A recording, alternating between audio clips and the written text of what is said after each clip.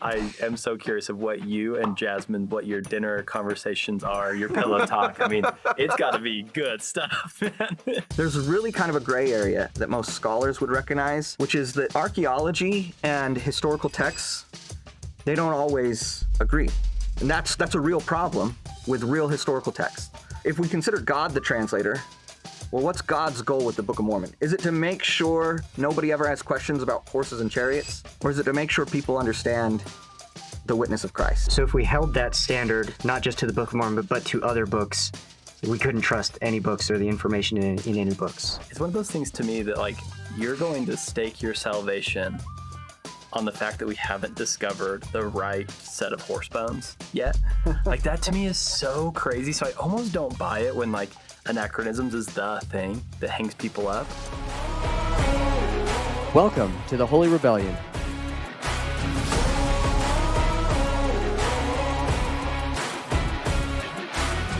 Welcome back to the Holy Rebellion. I'm Christian. And I'm Travis. And we are here with our new friend, Neal Rappleye, who is a research associate with the Ancient America Foundation. Neal, we're so excited to have you on. Happy to be here. Will you go ahead and just tell us just a brief bio about yourself and your... Sure. Well, you see, it starts in 1987. No, just kidding. Good year. Good year.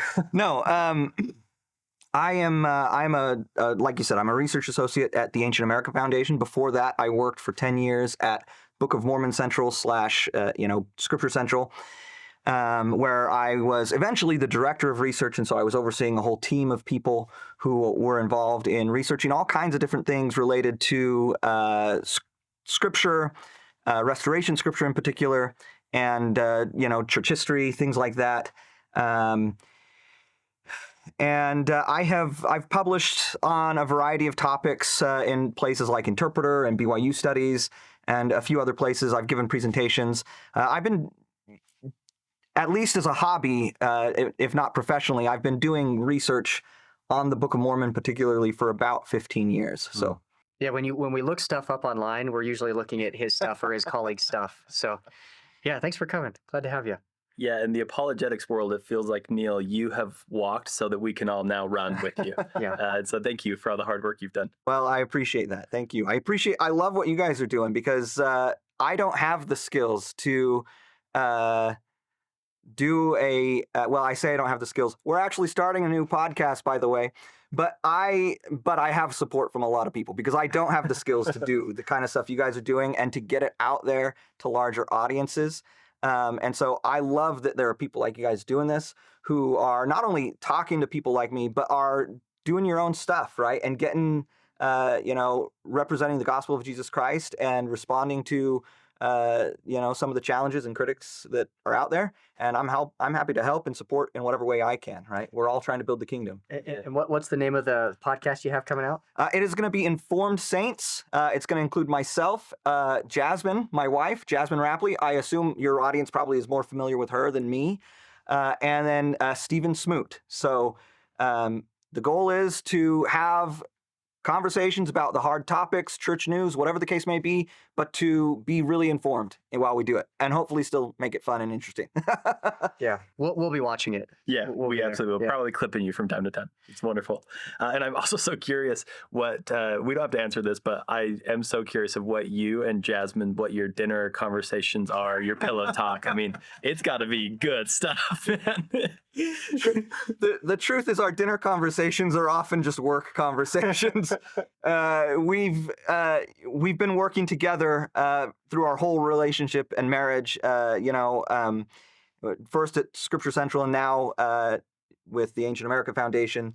And so it's just we're just talking about work all the time. Yeah. We do have some nerdy conversations. If I'm working on something research-wise and I need a sounding board, she's really great. But yeah, like it's just funny. We're never really sure when we're working and when we're not working. Yeah, I hear you. Well, we are so excited to jump in today, Neal. We on our comment section, and we've dedicated quite a few videos to the idea of anachronisms in the Book of Mormon, and really holes that people attempt to poke at the Book of Mormon come up quite frequently for us on the Holy Rebellion, and you're something of an expert in this category. And so we're excited to hear from your research, your expertise. Before we dive in, will you just give a quick explanation? What is an anachronism and why does it matter? Yeah, so the basic idea is an anachronism is something that is in the wrong time or place in a particular story or narrative or whatever. Really, like blatantly obvious examples that people like to give are like, Abraham Lincoln with an iPhone or George Washington in an automobile or something like that, where it's just like, that's a blatantly obvious. If you saw that, you would be like, that's an anachronism. People love those like America t-shirts that have, founding fathers with blazing machine guns or whatever. Those are anachronistic t-shirts, right? That's what's going on there. In the world of literature, for instance, one of the like more famous ones is Shakespeare has his play Julius Caesar, where he has like this striking clock, this ticking clock. Well, they didn't have mechanical clocks in Rome, in ancient Rome, when Julius Caesar was alive. So that's an anachronism, right? And so it matters because, when you have an anachronism and you can be certain it really is something from the wrong time in the wrong place. And all of those examples I give are, like I said, these kind of blatantly obvious ones where you have a problem. It's a tell that the source was not written or composed in the historical setting that it's talking about. And with something like Shakespeare, that doesn't matter because we all know that's fiction. It's a play, like it's based on like the life of Caesar, but it's not meant to be like this. It's not meant to be like a historically accurate thing. It's a theater performance. Mm-hmm. Those T-shirts I talked about, they're goofy things. Like nobody cares that it's there's anachronisms on it, right?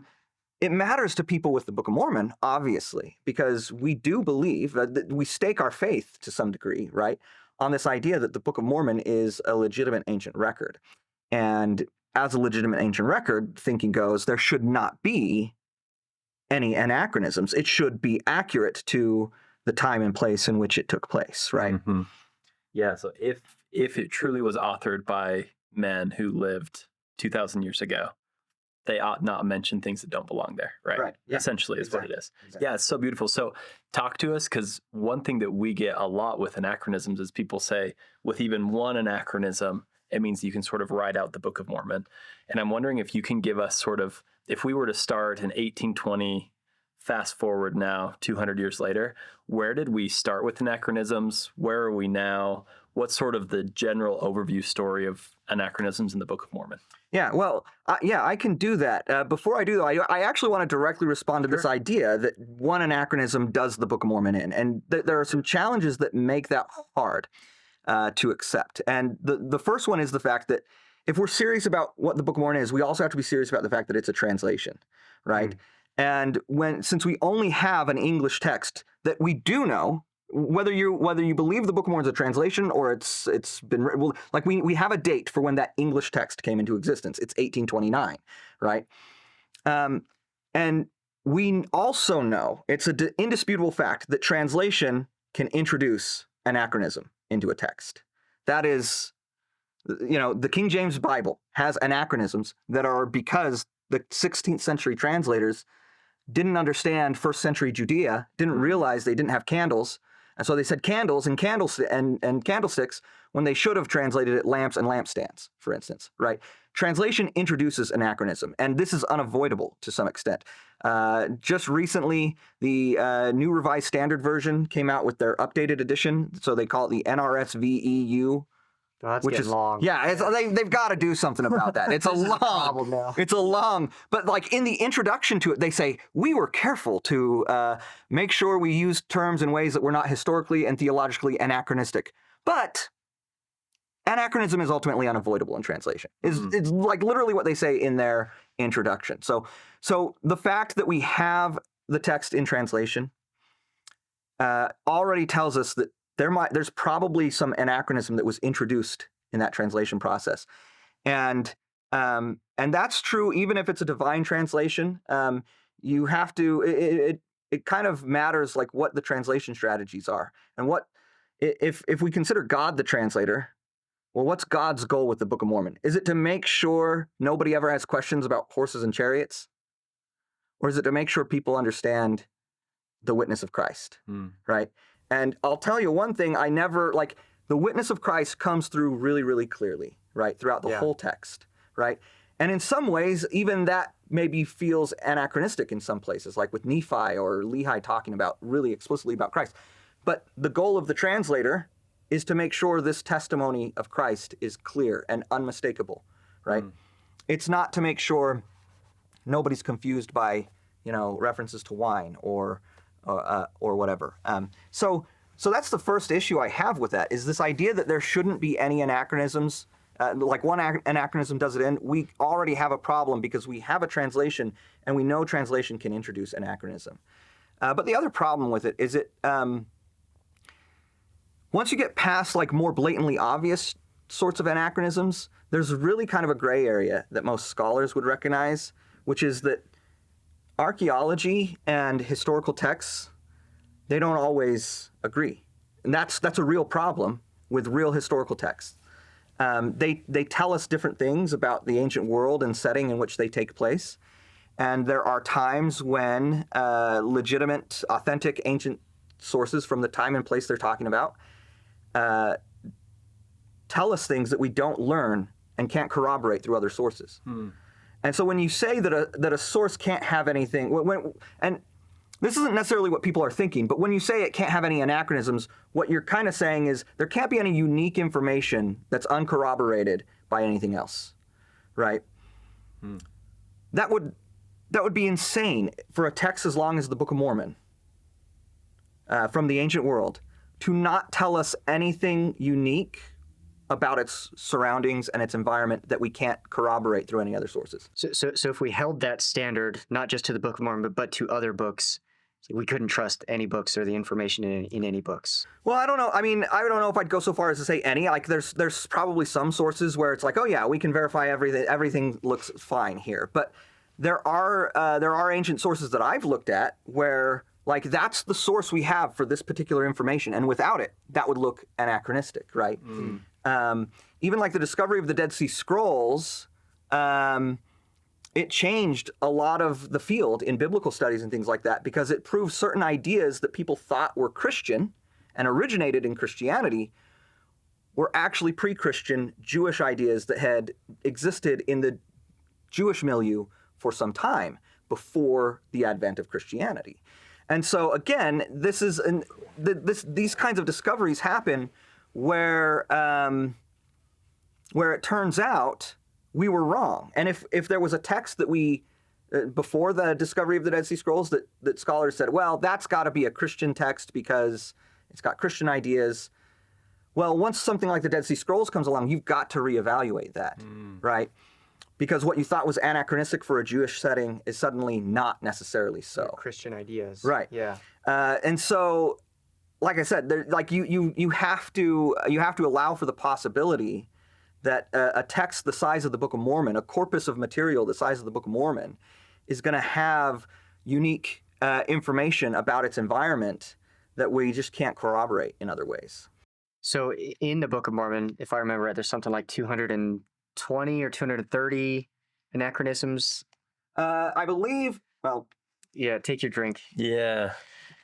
Yeah, if I remember right, it was somewhere in there. I mean, the number depends on what you're going to count, right? But the most recent publication from Matt Roper that's kind of taking inventory of the state of affairs, and this gets into what you were asking about, like how have things gone since 1830 till now? Matt Roper in the Interpreter Journal, the entire volume of, I think it's volume, let me double check actually. It's volume 65 of Interpreter, is all on anachronisms and it's from Matt Roper. He inventoried 226 alleged anachronisms or accusation of anachronism from 1830 to 2024, right? And he scoured like 1,000 publications to find all that. Like he did the legwork, he did the research.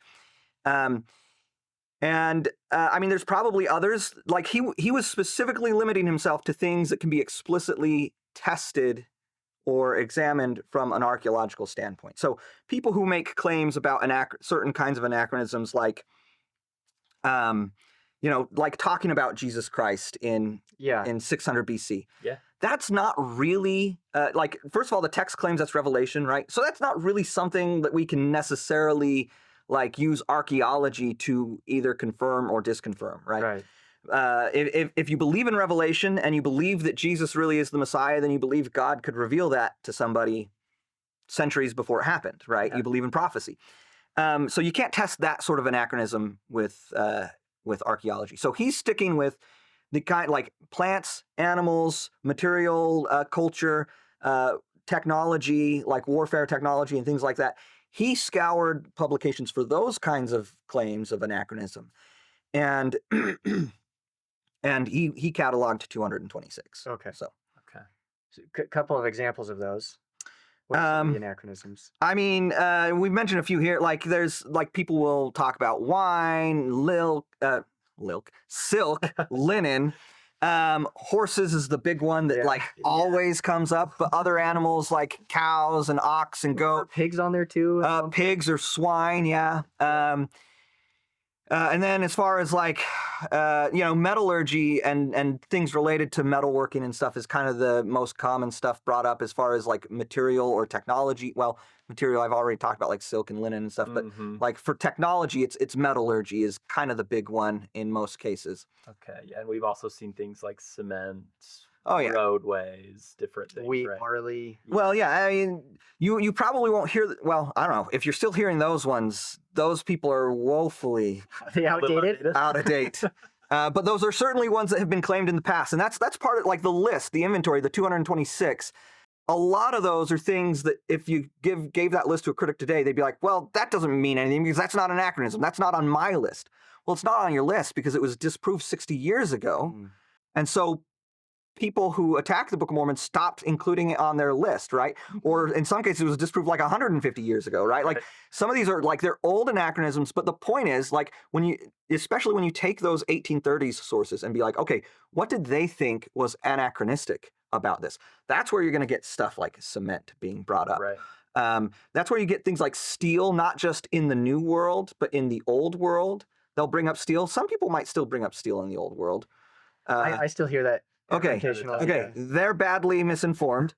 But there's a lot that were brought up back then and were really common and have been perpetuated because people just adopt the list they got from the source before them and they aren't checking to see what's still accurate. Scimitars is another fun one that people will bring up a lot, and it's not an anachronism in either the Old or New World. We've got scimitars or scimitar-like weapons in both places, and we've got scholars who will call them scimitars or scimitar-like weapons in both places. So it's when you actually track the trajectory, you say, okay, here's what people were saying was anachronistic in 1830. And here's where the state of the evidence is on those. And here's what people were saying in the mid 1800s or the early 1900s. And here's the state of affairs on those. And that's kind of what Matt does. In fact, in his treatment of anachronisms, he does break them down. He does charts that break them down by different chronological periods, so you can kind of see how that trajectory went. You see some new, people will make new claims of anachronism, and I'm sure in the coming 10 years, people will come up with new things they think are anachronistic in the text. There will be new claims of anachronism, but we also can assess the old claims, the earlier ones, and it's there where we see this trajectory that the actual legitimate list of, okay, we can't actually say that was here right now, that's getting woefully small. In fact, out of that 226, right now, 21 of them are definitely, well, I won't say definitely anachronisms, are currently not supported by any kind of evidence.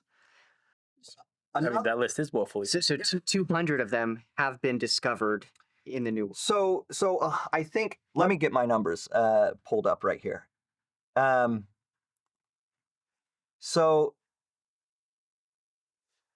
174, we can say, yeah, we've settled that. The evidence says it's there. Another 31, there is some evidence, there are some hints that maybe it was there in the right time and the right place, but we can't. It's not quite settled. It's not quite settled. And I probably should have come prepared to give an example of that because I think that's a little confusing. The concept there is confusing for some people, but metallurgy is actually a pretty decent example because when the Book of Mormon, when that first, for a long time, when that was talked about as an anachronism in the Book of Mormon, the line was there was no metallurgy among the Maya or people in Mesoamerica until AD 900, right? Okay. 500 years too late for the Book of Mormon. Well, research continues because that's what happens in archaeology. And now they're saying AD 600. Oh, so it moved a lot closer to Book of Mormon times. Yeah. In fact, there's, because I've done research on the gold plates, a particularly important little example of metallurgy or at least knowledge and awareness of metallurgy in Mesoamerica that I like to point out is there was a tumbaga bead, tumbaga being an alloy of gold and copper. And so that not only does that show awareness of metals, but in order to alloy a metal, right, you've got to work it, right? There was a tumbaga bead that was found in the 1970s in Belize and dated to the 5th century AD. Well, that's kind of interesting since Moroni, who buries the plates in the 5th century AD, right?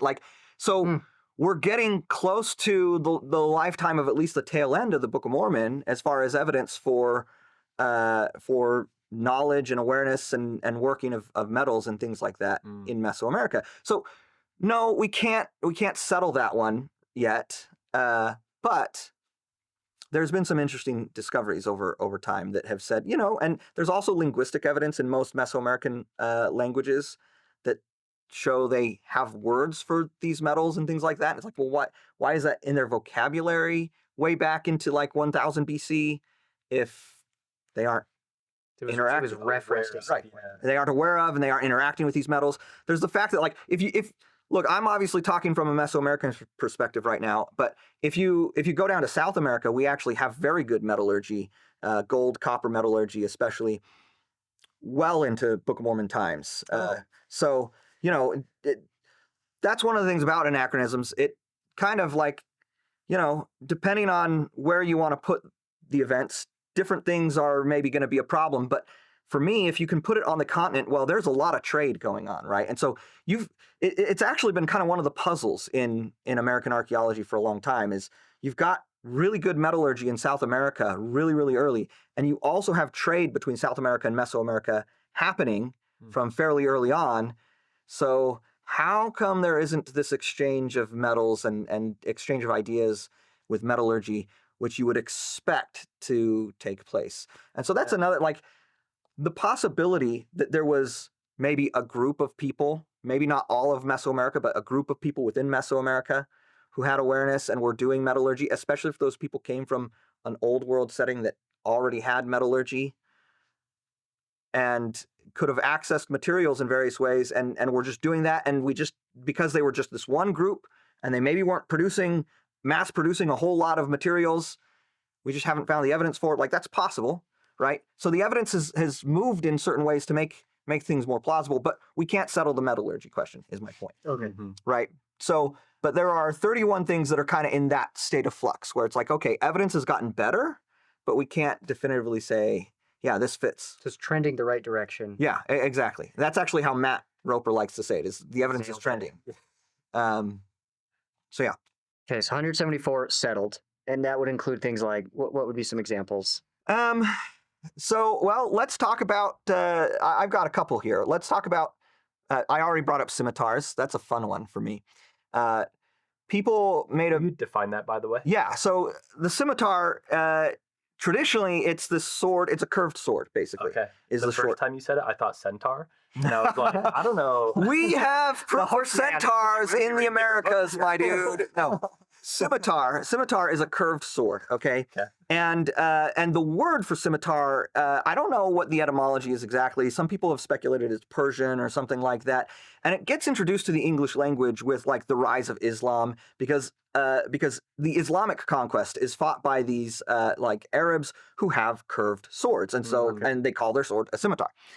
or at least whatever the Persian version of the word was. That's the anglicized word, right? And so people were like, there's an anachronism. There are no scimitars before 700 AD or 600 AD. That's not a thing.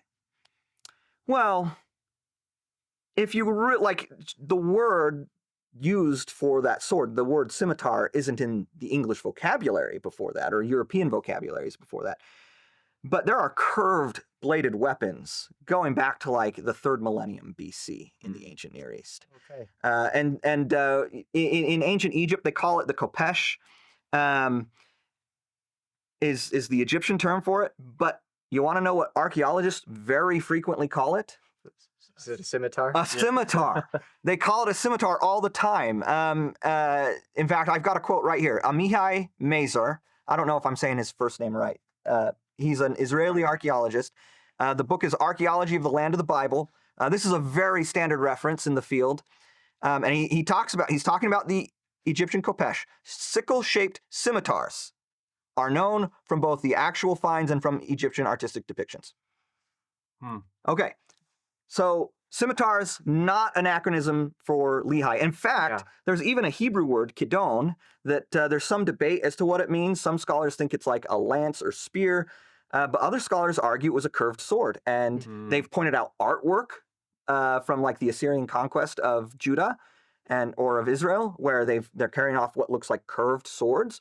They've pointed to just other kinds of things that suggest Israel had both straight swords and curved swords, and kidon was their word for a curved sword. And some biblical scholars, in fact, if you go to the Common English Bible, the CEB, where kidon occurs in the Hebrew, they translate it scimitar.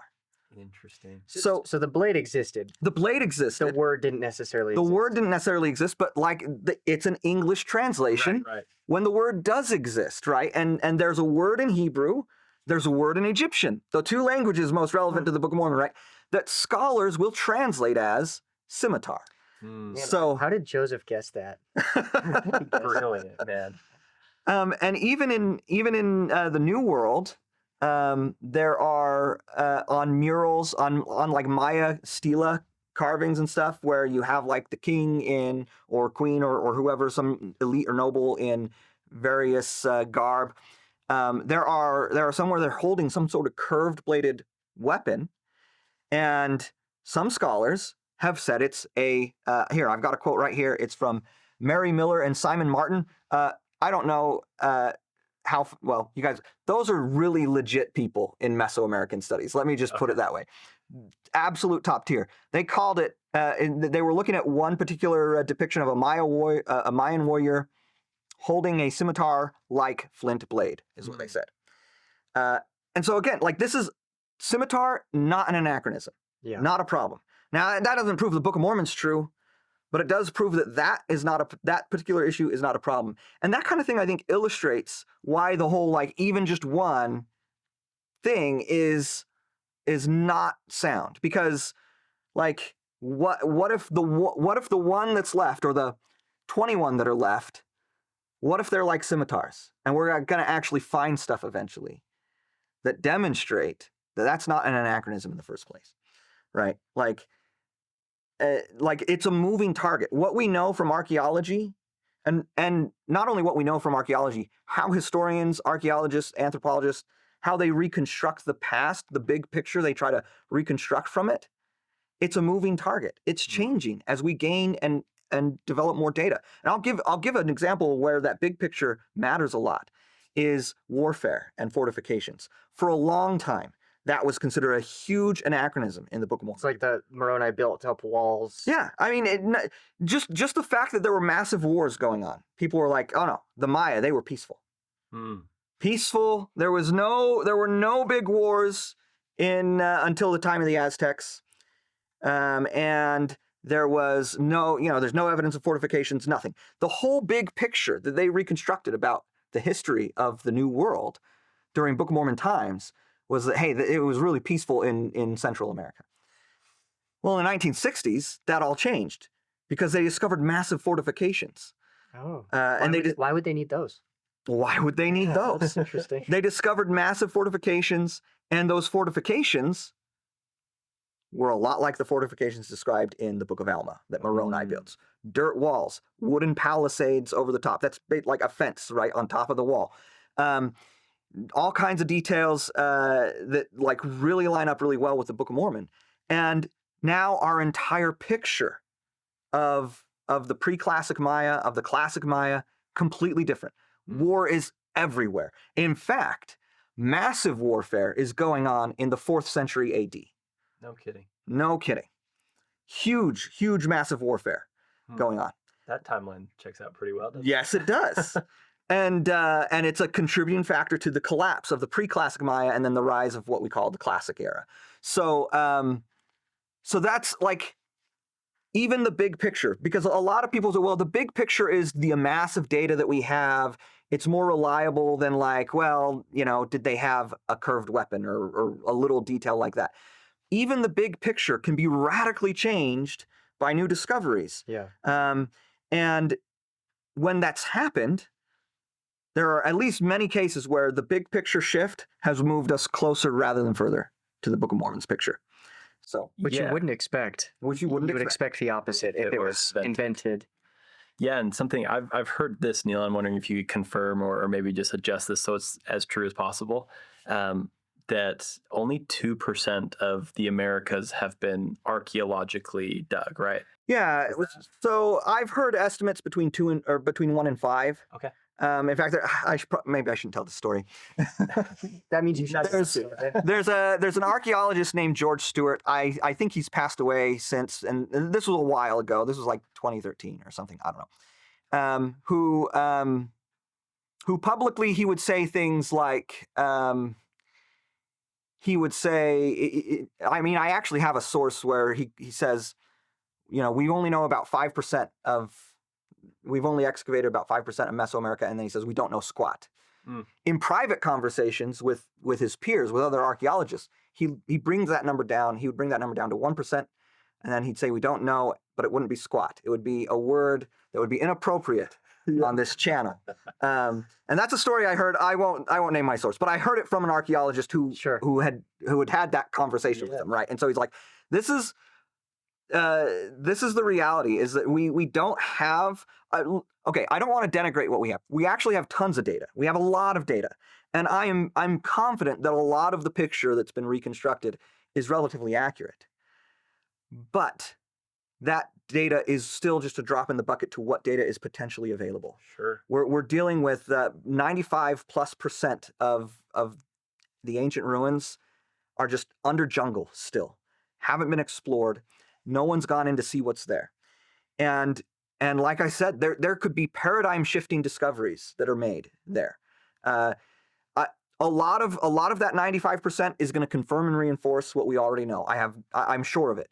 But you can't tell me there's not potentially paradigm shifting sort of stuff. You can't be sure that you're not going to find a smelting oven, right, that dates to Book of Mormon times within that 95% somewhere. You can't, because you can't know. There's no way to know, right? And so again, this is why I just, it's a big problem for me when someone says, well, just one anachronism does it in. You have to really know, you have to be absolutely certain that it's a legitimate anachronism for that to be true. It has to be an iPhone, right? It has to be an automobile. And the funny thing is, in the 1830s, critics were saying really silly things like, oh, the Book of Mormon talks about gunpowder and cannons and steamboats. No, it doesn't. I don't remember those. Those aren't in there. So people accuse it of a smoking gun, if you will. Yeah. But the smoking guns aren't in there. The kinds of anachronisms we have, like animal and plant life, well, those are questions of what was the range and territory of particular species at particular times. And those are subject to change as we learn new data. What kind of technology? Well, the technology is where you get more serious potential anachronisms, but the technology in the Book of Mormon is largely reflective of like an Iron Age ancient Near Eastern culture.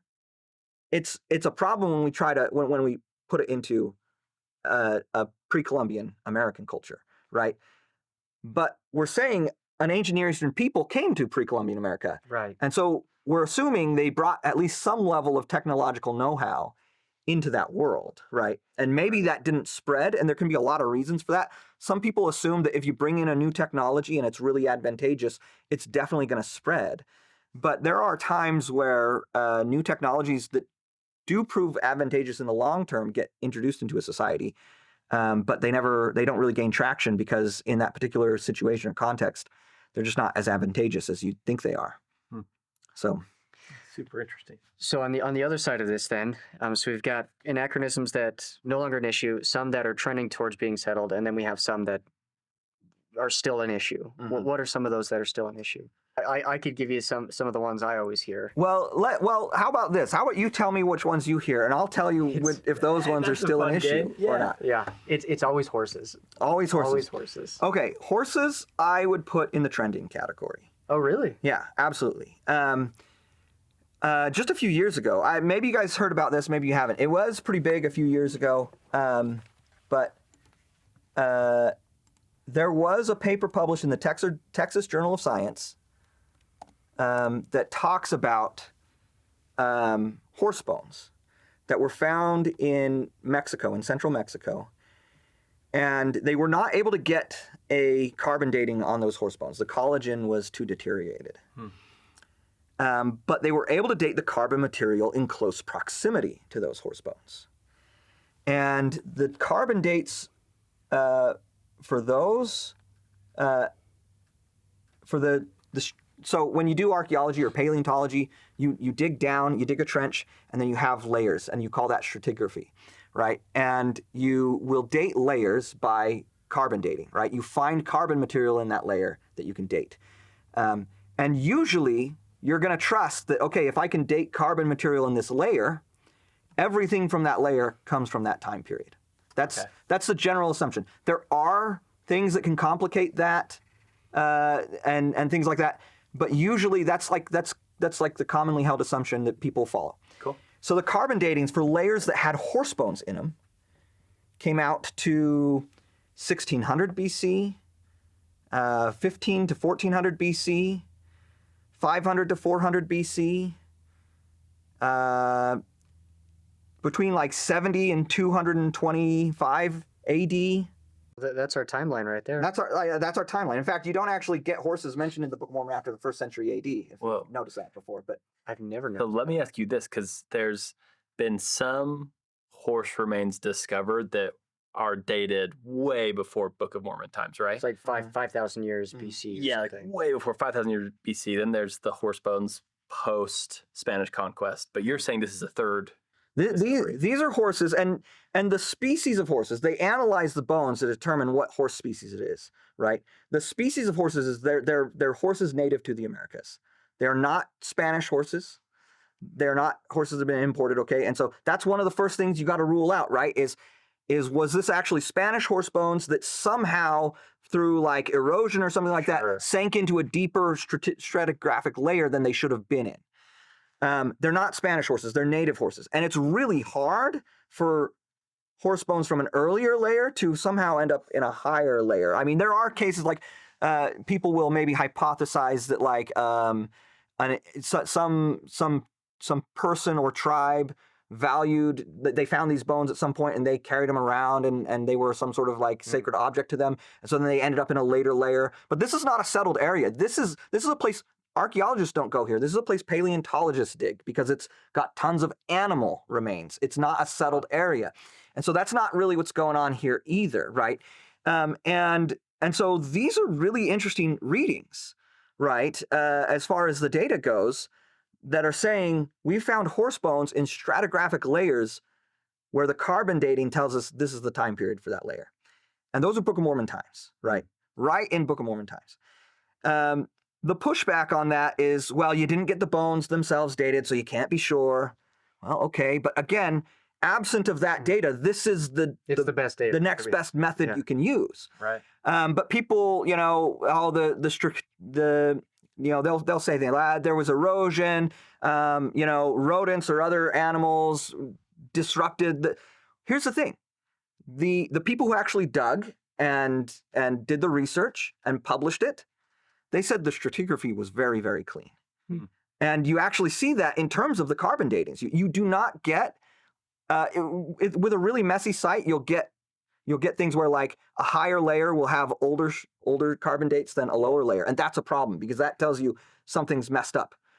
It's a very, very even progression with their carbon dates, and so there was no evidence of disruption as they were digging. In fact, so the other thing that people will point out is that the lead author on this study was from BYU. Oh no! A retired Latter-day Saint geologist is the lead author. His name's Wade Miller. He's passed away since. But this is stuff I know some of this stuff not just because of the published paper, but because I had conversations with him before he passed away.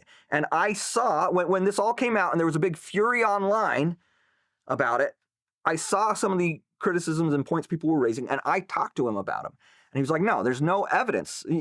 There's no evidence for disruption in the stratigraphy. It's very clean. It was a very clean dig. And so those kinds of things, a lot of the objections, I just don't know that they really hold a lot of weight. The real holdback here is just that, like, this is one data point.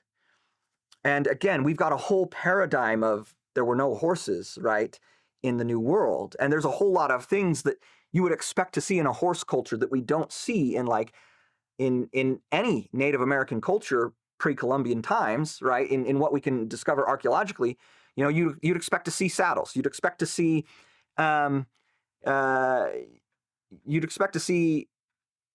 maybe horseshoes or stirrups. Yeah, I mean, I don't know when horseshoes developed culturally, but there's a lot of material culture. You'd expect to see like the Maya carve a lot of things. You'd expect to see horses in their carvings, things like that. And so there's a lot of other things that give me pause to say, okay, I'm not ready to say we've resolved horses. Okay. Mm-hmm. But there's some really interesting data here in this particular paper that makes me say I'm not ready to close the door on the possibility there were horses either, right? Yeah. Like, it's like, hey, if that's your hang up with the Book of Mormon, don't give up on that one yet. There's some interesting data coming down the line. And that's just what's been published. I've held in my hand the radiocarbon date of actual horse bones that haven't been published, but they were radiocarbon dated by independent labs that showed pre-Columbian dates, post Book of Mormon, but pre-Columbian dates. Interesting. And again, those are kind of like, what do we do with that? Where did that come from? Maybe some Viking horses got out or something. Some of these dates would have worked with that, but not all of them. And so there's a lot of little data points that are starting to tell us there's maybe something more complicated in terms of the story of the horse in America that we haven't quite figured out yet. It's almost like we're getting ready for one of those paradigm shifts. Maybe another discovery or two. And that's another, like, a lot of people talk about how, like, the Texas Journal of Science, it's pretty low tier, right? It's not it's not this big high tier, high impact journal. And that's another thing people will point out. But this is how paradigm shifts actually happen: is there's a trickle of data that's usually going to come into smaller places because it's up against a huge paradigm. It's harder to get into the higher tier stuff. But this trickle of data will start to get published in various little places. And eventually that data amasses into a point where the big boys, if you will, they can't ignore it. They can't ignore it anymore. And they have to start taking seriously that we've got to change the paradigm, right? Yeah. Yeah, it's interesting to me, just one comment that might feel like a side comment, the issue that some have with anachronisms, like, I almost just don't buy that that's the true issue that they have with our faith or the Book of Mormon, because of the rate at which the anachronisms have been resolved and fallen by the wayside, and we've only dug 5% of the Americas. It's one of those things to me that, like, you're going to stake your salvation on the fact that we haven't discovered the right set of horse bones yet. Like, that to me is so crazy. So I almost don't buy it when, like, anachronisms is the thing that hangs people up. But it's just so interesting to me how big of a topic it can become, and how much weight we should give to it as Latter-day Saints versus just, like, we have faith when we read and the Spirit's confirmed it, Like, what thoughts would you have? Yeah, well, I don't want to judge people I've never met, right? But people that I have interacted with, that we can judge them. In my experience, in my interactions with actual people who might bring stuff like this up, there is almost always something else going on, right? And a great question to ask, if someone's bringing up anachronisms, ask them, well, what if they're all resolved? What if tomorrow we can definitively resolve horses? What if tomorrow, cows, goats, none of them are a problem anymore? Would you believe the Book of Mormon? Would you, if you left over anachronisms and the anachronisms you left over were resolved, would you come back? Travis actually does this sometimes in the comments, and oftentimes the response is something like, "Yeah, but polygamy." See, and it's always something else. Yeah. Well, look, polygamy too. All of these historical-based issues, I don't think they're the root cause. They're branches somewhere along something else gets planted, and I imagine there's a diverse set of reasons, and I don't want to. I'm not saying that to like invalidate people's reasons for leaving, or to dismiss legitimate historical questions and concerns that people might have. But I've known a lot of people who have questions about anachronisms, but haven't left the church. I have questions about anachronisms. There's 21 unresolved anachronisms that, and 31 that aren't totally resolved either. So 52 total, if you want to count it that way, that create some kind of problem for the Book of Mormon to some degree or another. And I actively research in this area, so they're on my mind. They're things that I'm asking questions about. I'm trying to grapple with, but I don't leave the church over them, right? Why? So why isn't it an issue for you?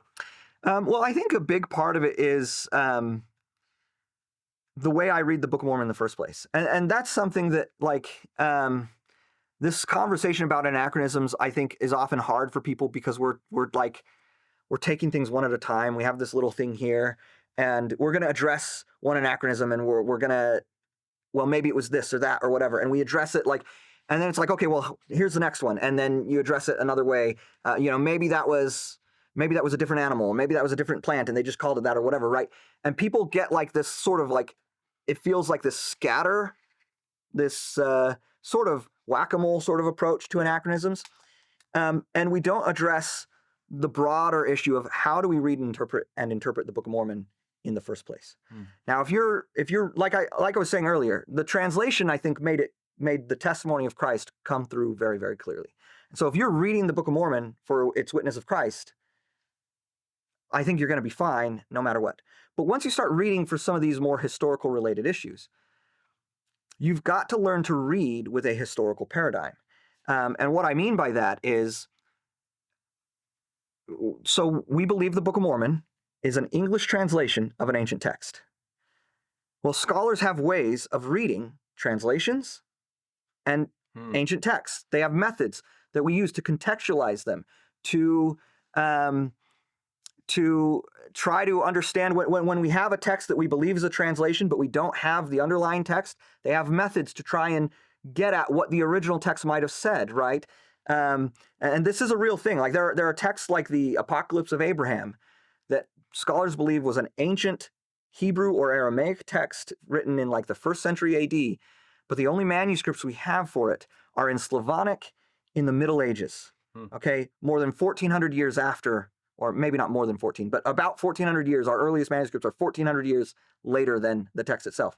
And not only do scholars think it was a translation from a Semitic language, they think it's a translation of a Greek translation of that Semitic language. And so they can analyze the text and say, we can see 2 layers of translation took place here. So it's almost like the stratas you were talking about. They can look at the text and kind of do the same thing. Exactly. It likely came from. Exactly. And you know what? They can identify details that are Slavonic anachronisms in the text, right? They can identify details that are Greek anachronisms that got introduced into the text during that Greek translation process, right? And so when we want to talk about, if anachronisms is what concerns you, if you're not focusing on the testimony of Jesus anymore, and you're focusing on these material culture anachronisms, these animal and plant anachronisms, well, you've got to look to how do scholars who read ancient texts, how do they do that, right? And it's not just how do they do that when they're addressing this problem. It's a holistic thing. Like I read the Book of Mormon as an ancient text that has a context around it. And when you're doing that, you come up against something that like, oh, wait, this little thing is poking out. It doesn't seem to fit that context. Hugh Nibley actually has a great quote that I like to use for this kind of thing. He said that He said, in the study of ancient things, it is just the fantastic and incongruous which opens the door to discovery. In scholarship as in science, every paradox and anomaly is really a broad hint that new knowledge is awaiting us if we'll only go after it, right? And so an anachronism here or there is not necessarily like a paradigm breaker. It's an interesting little thing to, like, it's an anomaly. It's a little data point to say, okay, this is sticking out. It's not quite fitting in. Let's take a step back. What needs to change? Does my paradigm need to adapt? Or is there a new discovery to be made here that's going to change the broader paradigm, the secular paradigm, that's going to suddenly make this fit over here? Like, what is that, right? And so there's this broader kind of historical mindset while reading it that then contextualizes how we deal with these problems, right? And instead of becoming like shelf-breaking, like glaring problems that are unsolvable, they just become these interesting puzzles to be explored and to be reviewed and to be considered, and to to wrestle with even. But they don't break the paradigm necessarily. They might expand the paradigm. They might force adjustments to the paradigm, but they don't necessarily break it, right? And I think sometimes we read in a way, we just come in, it's 2025 and we know English and the text is in English. And so we read that English like it's 2025 English, even though it's very clearly older English. And we assume we know what it means in our 2025 vernacular. And that's a paradigm that's going to break, okay? Not even anachronisms are going to break it. Like the moment you try understanding what's going on in 1 Nephi 1 in 7th century BC Jerusalem, and you just think in your 2025 world, that's a paradigm that's going to break, right? It's just going to break. And it's going to break. It's going to be very fragile. It's going to break a lot. Right. And it ought to, right? As we're seeking truth, seeking deeper understanding, like that paradigm ought to evolve and shift. Absolutely. Yeah. Yeah. Well, it's beautiful. This is the moment where I need to jump. All right, we kicked Travis out, so now we can get to the really good stuff. He was really holding us back. Yeah, now it's time. Training wheels are off. So now the next big one that we always get in the comments section is that there is not only no DNA evidence for Jews in the Americas, but that the evidence it's contrary. It says the opposite. Yeah. No, I will caveat on this one. I am not a geneticist, and I don't do any sort of real original research in genetics. But I have followed the conversation on Book of Mormon and DNA for like 15 years, as long as I've been doing this. I've been reading stuff about it. I've read critics. I've read apologists who are actually legit DNA scientists, by the way. Most of the apologists you see writing about it are professionals who work in DNA science and publish in scientific journals on it and stuff. And they're just saying, hey, I know the science, and the claims that this disproves the Book of Mormon aren't true, right? But I followed the conversation for 15 years, and the idea that DNA just totally disproves the Book of Mormon, I don't buy it, personally. In fact, there was actually, for those who are interested in like a real detailed explanation of this, there is a book that just came out earlier this year as part of Deseret Books' Let's Talk About series, Let's Talk About DNA in the Book of Mormon, written by Ugo Perego and John Butler. Ugo Perego is what's called a population geneticist. Those are people who actually, like, that's what Book of Mormon, that's what issues of like Book of Mormon and DNA are about, is population genetics. Fall into his category. Yeah. So what he does is he actually studies human DNA and is able to like trace back population movements and migrations and stuff like that over time through large samples of group DNA and things like that. John Butler is a forensics DNA scientist. That's like what you see in CSI, right? Or whatever cop show you like to watch. That's the kind of DNA that's used in the courtroom and things like that. Still very knowledgeable, very relevant, and he knows a lot of stuff. And so they combine and they bring their skill set together. And in fact, I should mention Ugo specifically, his expertise that he's published in is population genetics of Native Americans. So he is like one of the most qualified people you could imagine to talk about this, and he's published so many things on it. Some of it which is maybe a little hard to read if you're not used to DNA science. But the short version of it is, the questions you've got to ask first are, do you think like Book of Mormon people came into an empty continent, right? And that's kind of the assumption of the DNA argument is, well, the Book of Mormon says Jews came here and there must have been nobody else here, and so their DNA should look like Jewish DNA.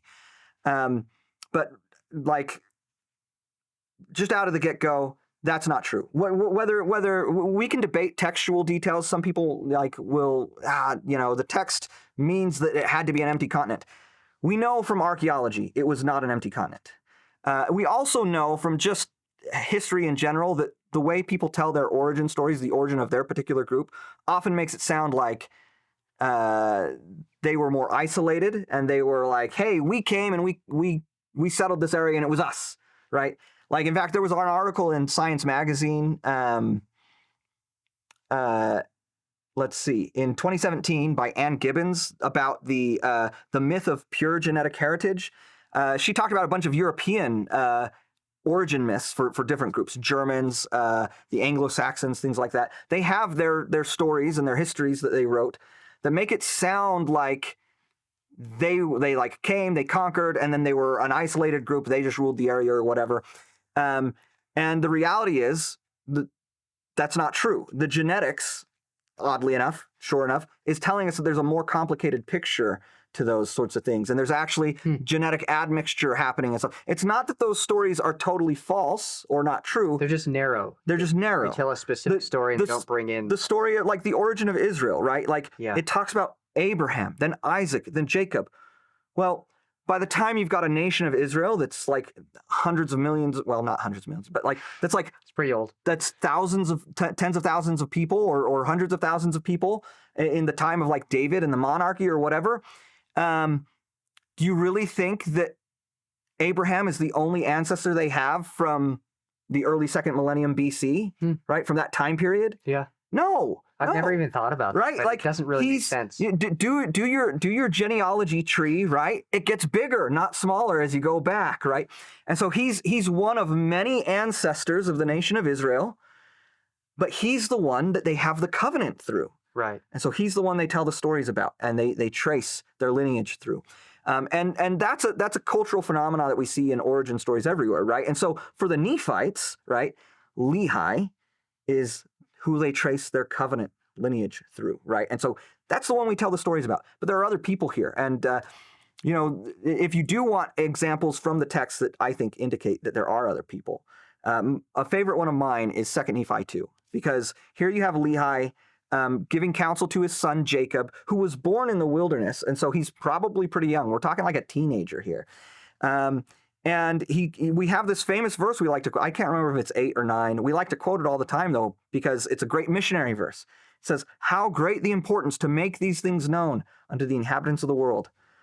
Well, what inhabitants? Yeah, if they're the only people there, who are they preaching to? Imagine being Jacob there, and you're in an empty continent, and you're like, Dad, who am I supposed to tell? I've got my brothers here. They all know. You told them. Nephi's telling them all the time. I've got my cousins here. They all know because their parents are telling them.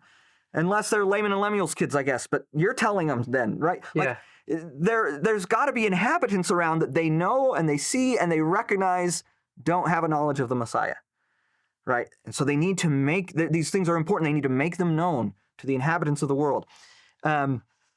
There's so many other clues. Matt Roper, who we've been talking about with Anachronisms, he actually has done some papers on textual clues in the Book of Mormon that suggest that there were other people around. John Sorensen did this too. There's a lot of little clues in the text that you go, oh, that's interesting. That would make a lot more sense if there were other people, or that seems to imply the existence of other people in the surrounding area. It is really interesting when I think about Mormon in his cave or whatever it is with these mountain of plates and records, and he's got to take all of that and condense it down into the Book of Mormon. There's so much that he has to leave out.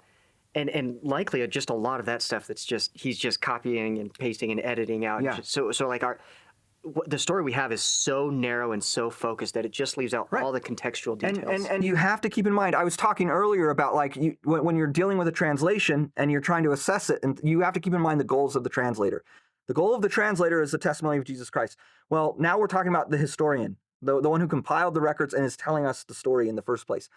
What is the goal of our historian here? What is our goal of our compiler, our redactor, as scholars would sometimes call him? Mormon. It's also the testimony of Christ, right?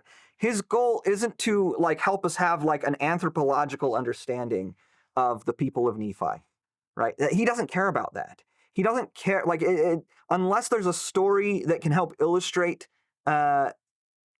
his point, his theological point. It wasn't worth mentioning. It wasn't worth mentioning, right? And so he's razor focused on that, and there's also, so to a certain extent, like almost all ancient writings, it's ethnocentric, right? It's like if you're Nephite or you're Lamanite, and those are the important groups. Yeah, outside of that. Outside of that, like if you can align with the Nephites and the Lamanites, and then you become one of them as far as Mormon and others are concerned, right?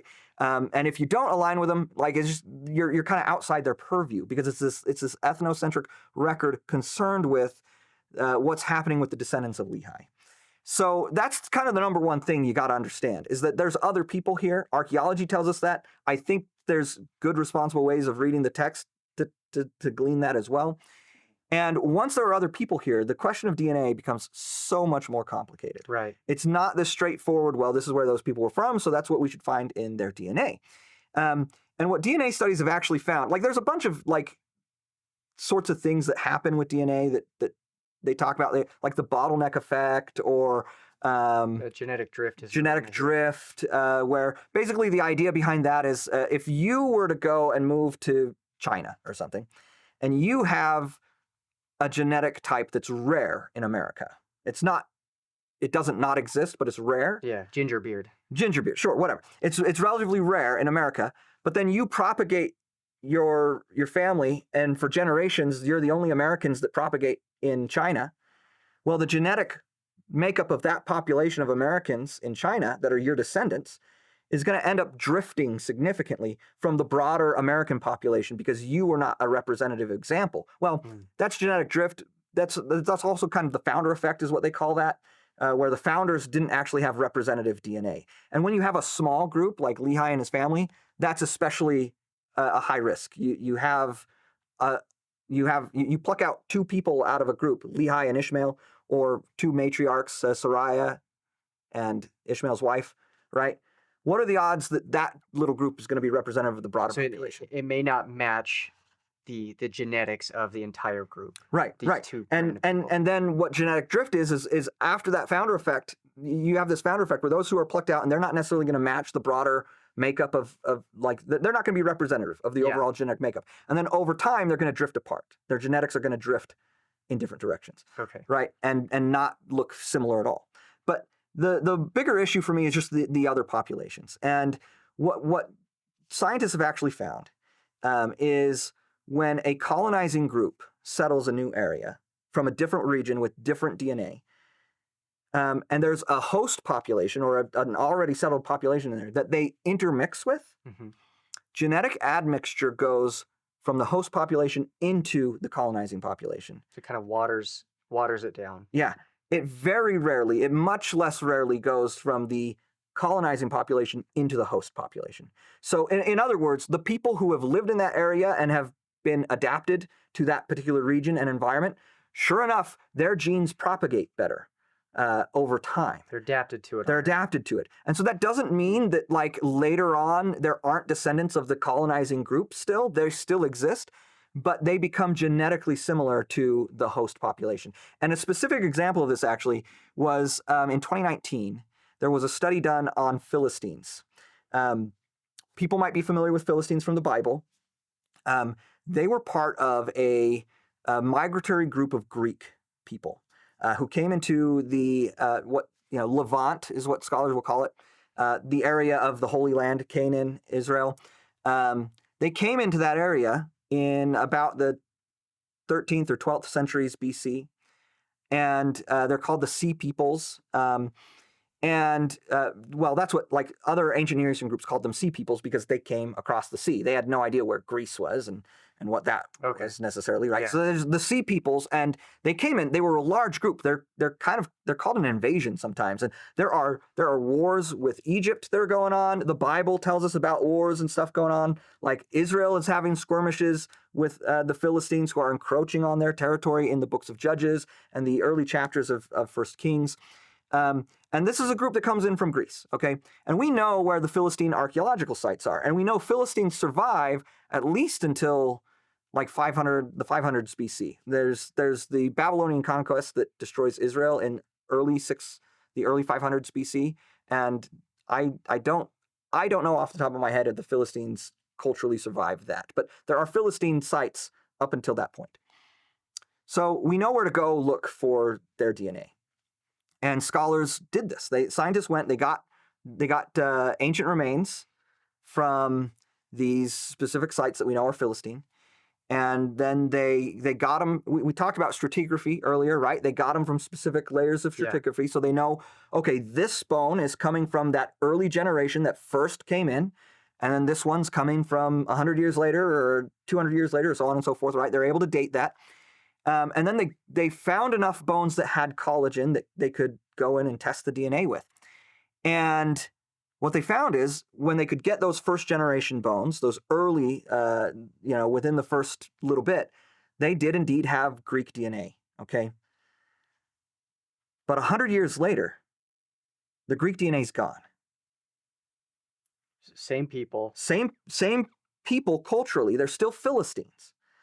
The Philistines didn't die out. They didn't cease to exist. But genetically, they look just like the rest of the population in Canaan and Israel. So that tells you that when a little, and that was a big group. The Philistines were massive. Like I said, it was like an invasion. It caused wars when they came in. When a little group like Lehi's family comes into a population, and people responding to this were like, oh, but the Nephites didn't stay small. No, they didn't. But the way they got large was through integrating into larger groups, right? Mm. So they would have, Nephi and his brothers married Ishmael's daughters. Yeah. Right? Well, who did their kids marry? Their cousins? I guess that's what most of us would have assumed. Right. Maybe some of them did, but they probably also married some indigenous peoples, right? And that begins this process of genetic admixture. And what happens is you get those in fact, another little interesting clue that I've always thought was kind of striking is Nephi doesn't, do you ever notice that Nephi doesn't hand his kingdom off to a son? See, another thing I've never thought about. He just says, Jacob tells us that Nephi gave the kingdom to a man, a just man, or so. I can't remember exactly what he says. It's in Jacob 1. Why doesn't Nephi give anoint his son as king? Yeah, why didn't he? Maybe he didn't have a son. Well, who's this man? Why isn't it his nephew? Why don't they say, okay, it was Sam's son or Jacob's son or just a man? Does it never say he had children? It doesn't. Well, he may have had children. I don't think it ever says he didn't have children, but for some reason he does. For some reason he takes the set of he appoints just a man as a king. And his record, his large plates record, goes on to follow the line of the kings. Right. So he doesn't give that one to kids. Maybe his son was just an idiot. And then his small plates record goes over to his brother instead of it is interesting. A son. Because why? The lineage would typically just follow from father to son. So something happened with Nephi's lineage. He does have descendants. We should be clear about that because there are people who later say, yeah, I'm a descendant of Nephi. Right. But could it be possible that Nephi only had daughters? I suppose it could be. And those daughters married indigenous persons who then maybe this man who's appointed king, maybe it's his son-in-law. It's a son-in-law, but it's from an indigenous population. Wow. Yeah. Hypothetically. I'm not saying that's what happened, but you have these little details here that tell us there's probably admixture happening very, very early on. And those sorts of moves, in fact, the fact that those sorts of things are when you're the king in an ancient world, your children's marriages matter a lot, right?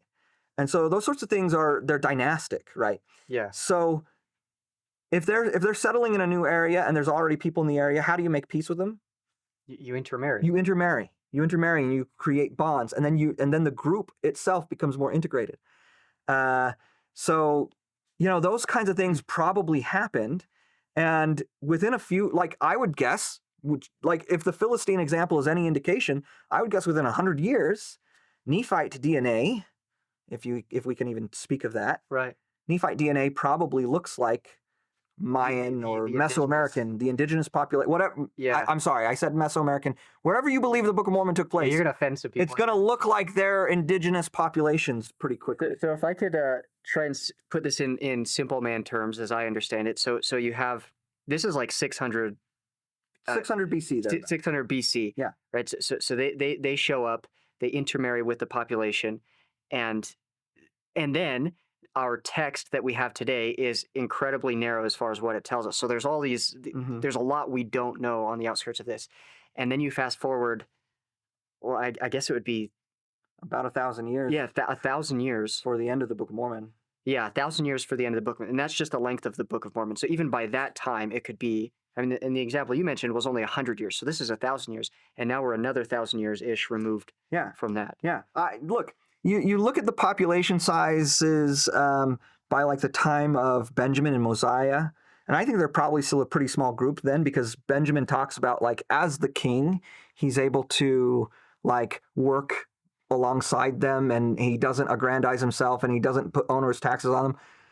You've got to be a relatively small society in order for that to be the case, right? To have that kind of level of egalitarianism. But even by then, we're probably talking about a group in the thousands, maybe even the tens of thousands, as far as overall population of, like, the Nephite people.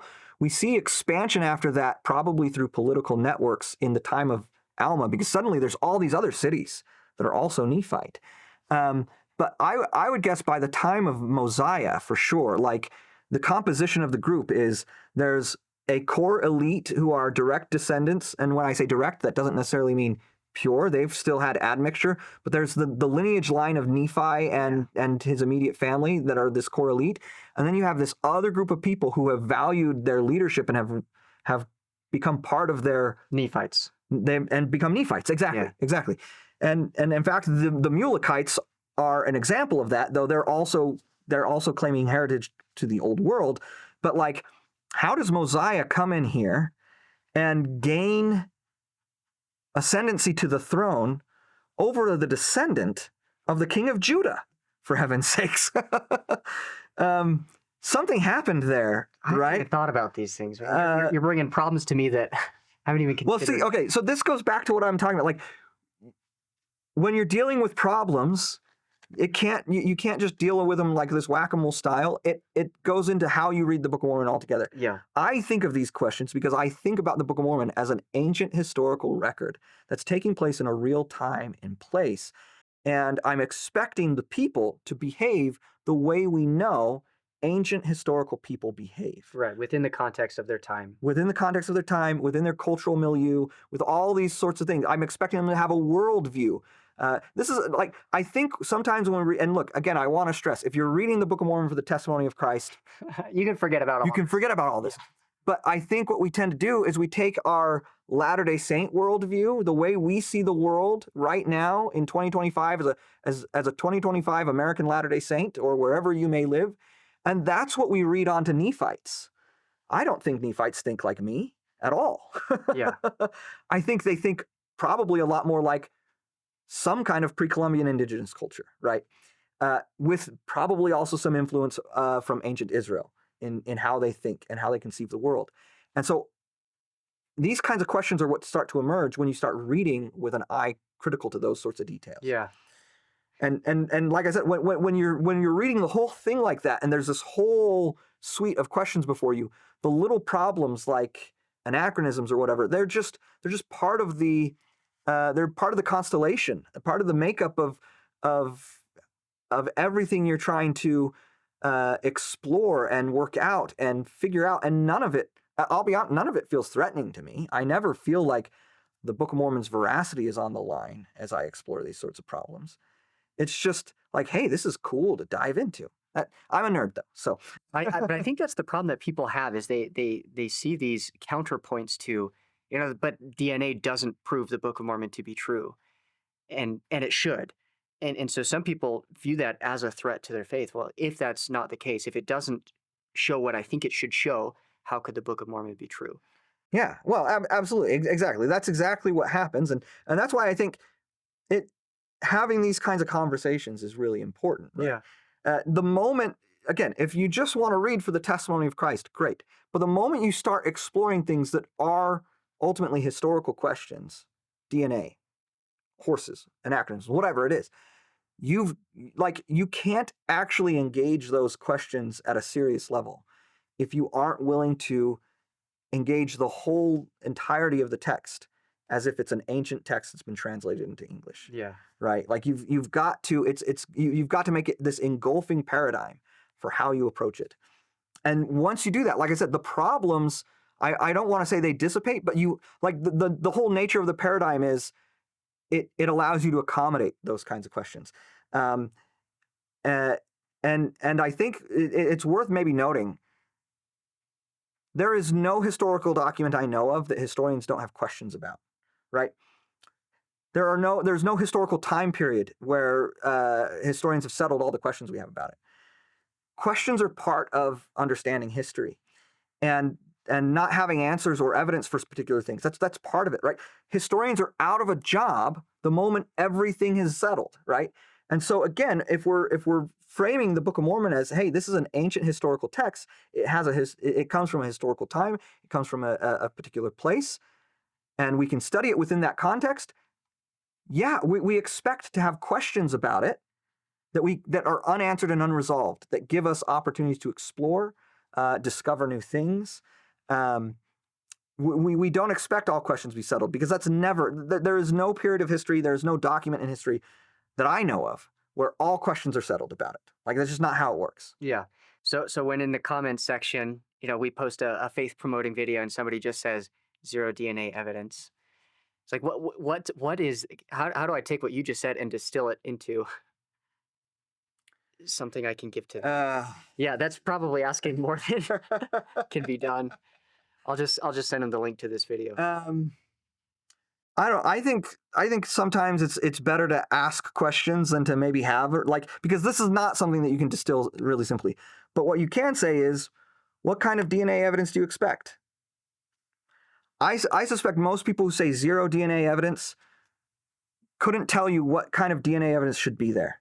And that's actually part of what people like Ugo Perego and John Butler talk about, is in order to say there's no DNA evidence, we've got to know in the first place what kind of genetic signature we're supposed to find.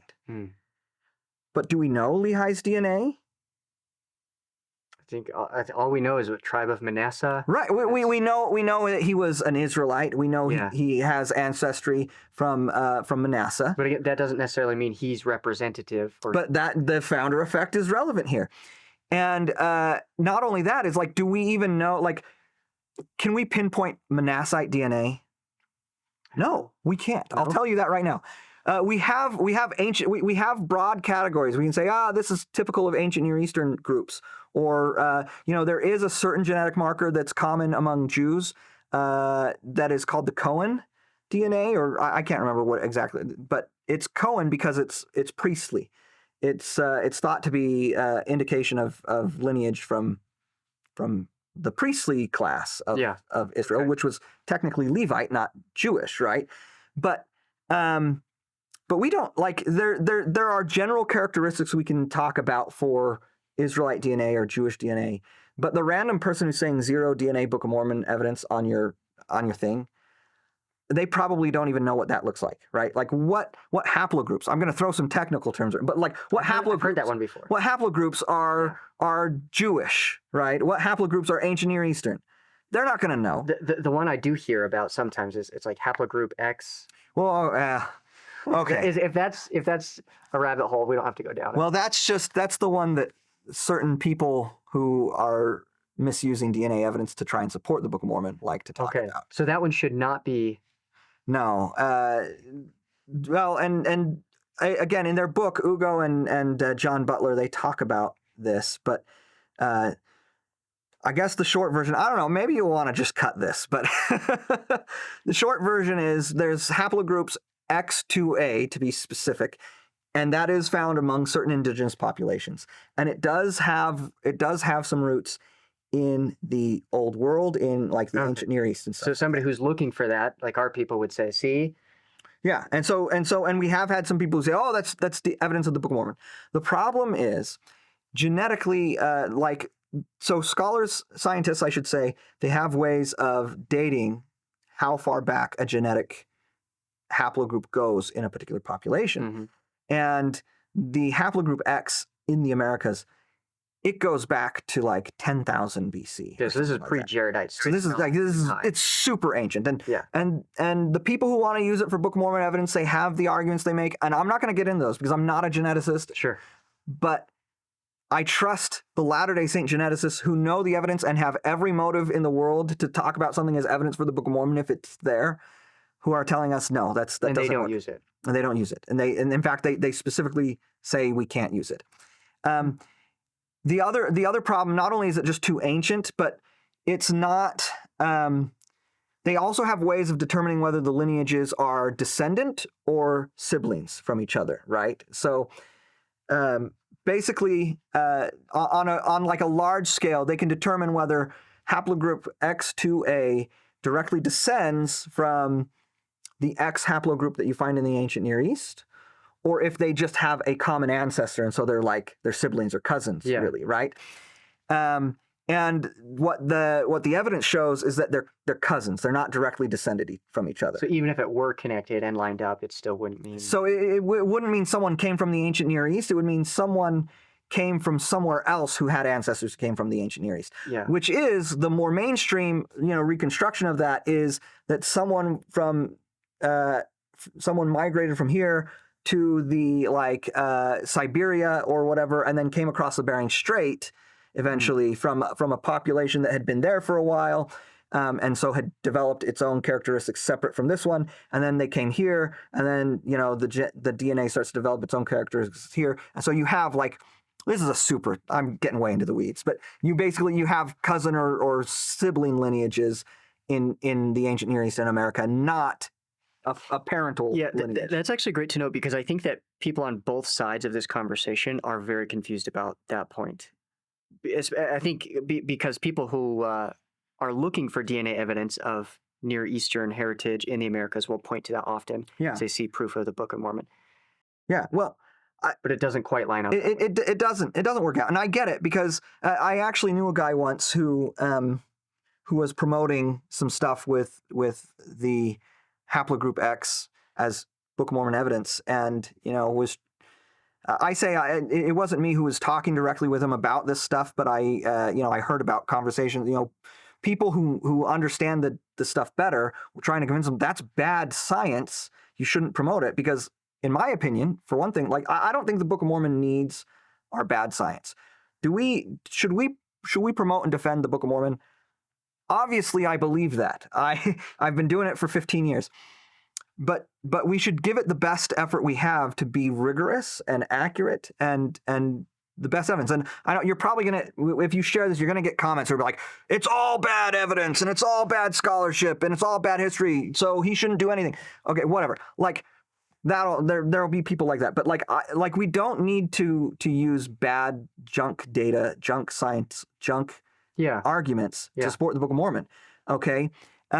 But this person's response to that was like, well, you guys don't offer anything, any real alternative, because you just say, well, there isn't any evidence. And, I get it. You want something to hang your hat on. You want to give something nice and simple and easy for people to digest that hey, this supports what we believe. But the reality is sometimes there is no evidence, and that's okay, because the absence of evidence doesn't disprove things. The whole point, in everything I've read, and I've done reading, I've not just read everything Latter-day Saints have said about DNA and the Book of Mormon and everything critics have said. I've gone and read some scientific papers about it, like the one, the Philistine study I mentioned. That's a scientific paper that I found and read myself. I don't know if Ugo ever cites it anywhere. And so I've tried to do my due diligence to understand this issue as a non-scientist. And I just don't think there's any reason we need to be worried about the lack of DNA evidence. I don't think we should expect it to be there because of all the complicating factors. And people want to say zero DNA evidence. Again, ask them, what kind of evidence do you expect? What should we find if the Book of Mormon is true?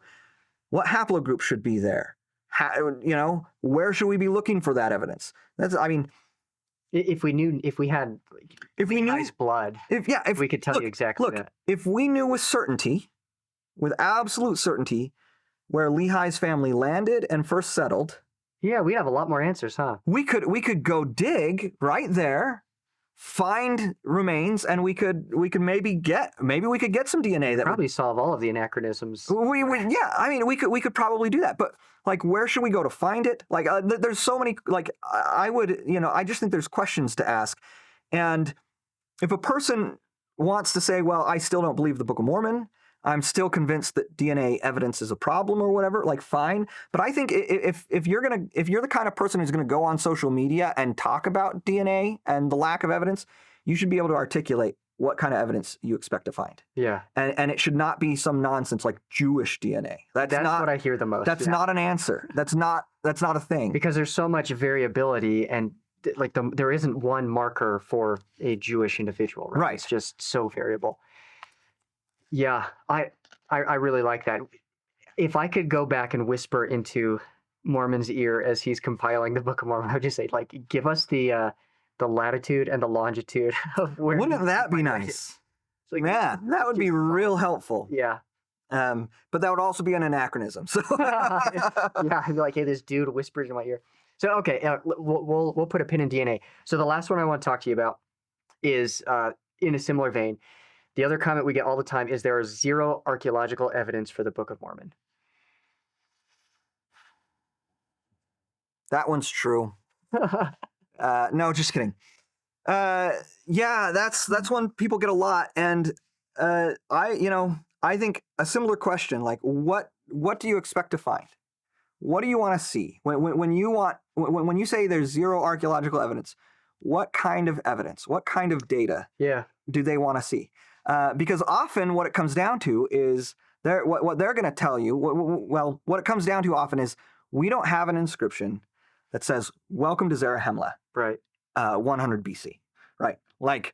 We don't have a stela that says, I am the king of the Lamanites, and on this hill I obliterated all the Nephites in 385 AD, and now we don't have that kind of stuff, right? And so people, we don't have any evidence. We don't have any single artifact you can point to and say that's Nephite, right? Okay, and so if that's what a person's looking for, and if that's what they insist on, we have to have, then God bless you, but I can't change your mind, right? Okay.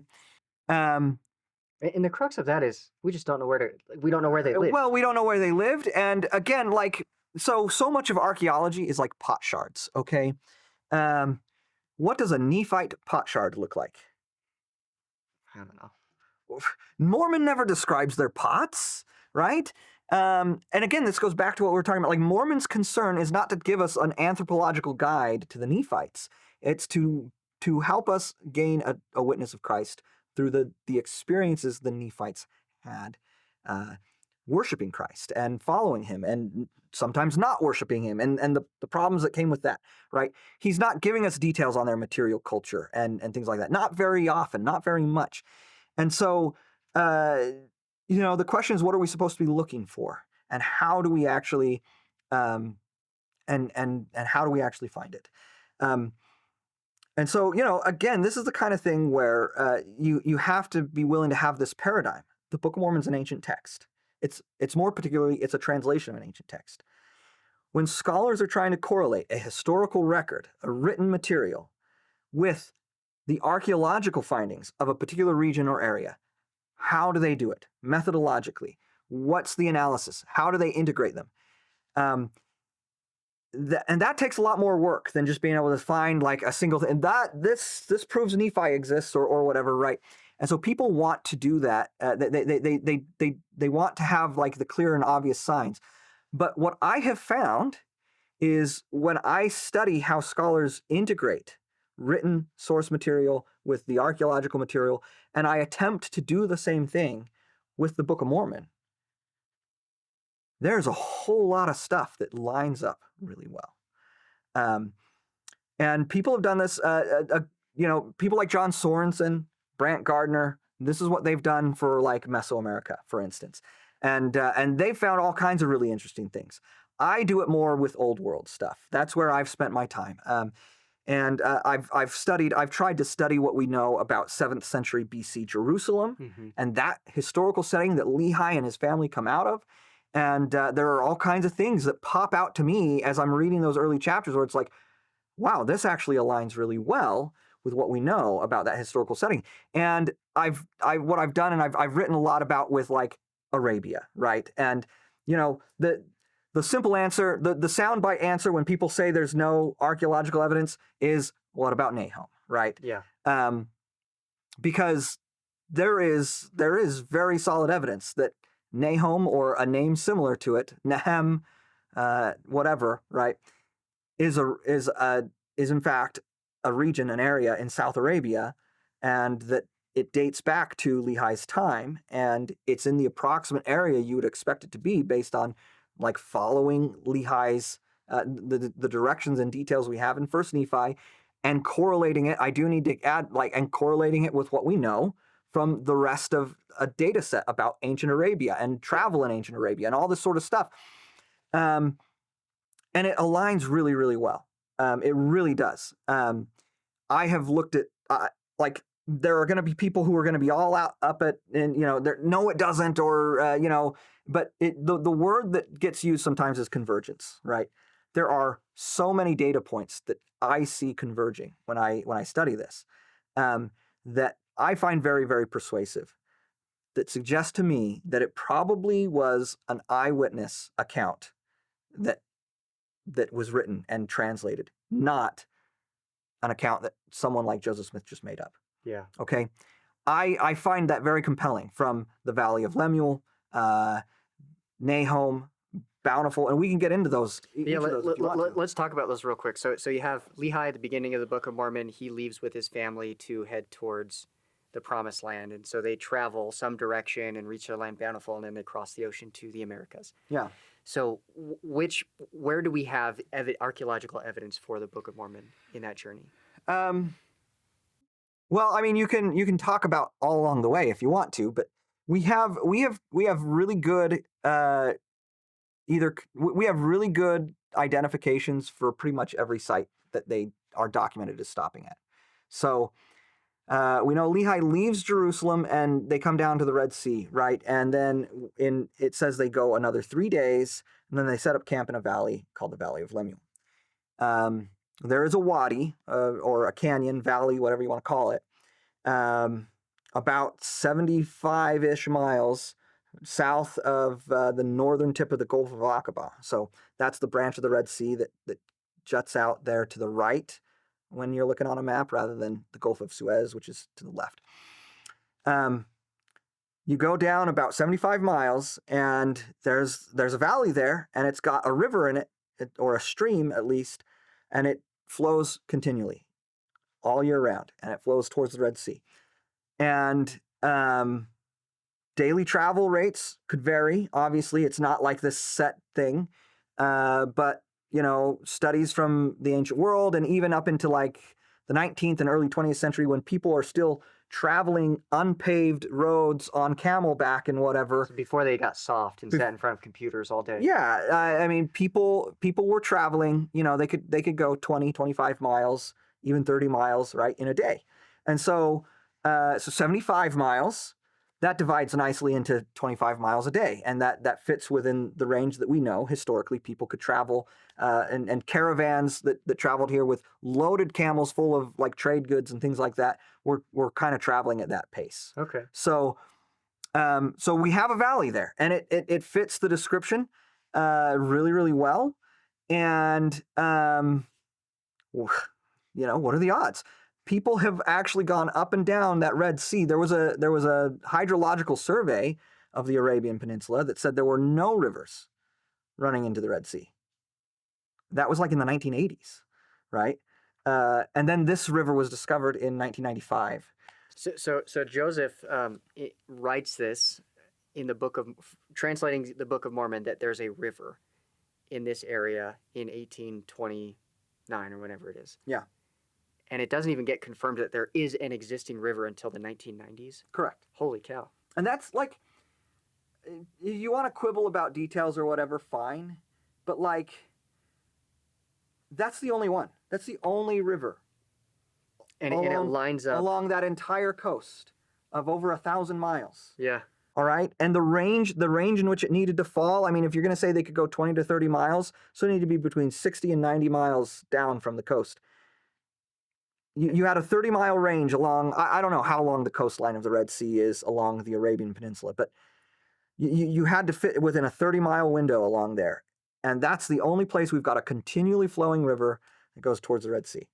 So, like, look, does it prove the Book of Mormon's true? Well, no, but that's pretty impressive. Yeah. I mean, if you're not impressed, I don't know what to tell you. It's compelling at least. It should raise an eyebrow, right? I maybe feel like two. Maybe two. And then from there we have, the next site is Shazer, and we have a good candidate for Shazer. I don't consider that quite as impressive of evidence because we just know less about Shazer. Like, and we know it's a 4-day journey from where they just came, but they've added family. So they've added Ishmael's family with a lot of women, a lot of younger women, right?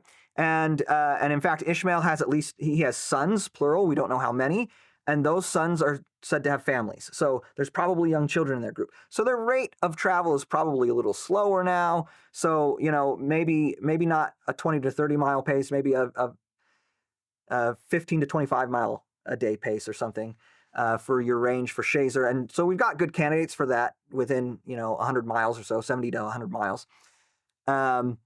But we have the details are sparser. And so I think it's great that we have good candidates, but it's not going to raise eyebrows nearly as much. What I do think should frankly give everyone pause is Nahom.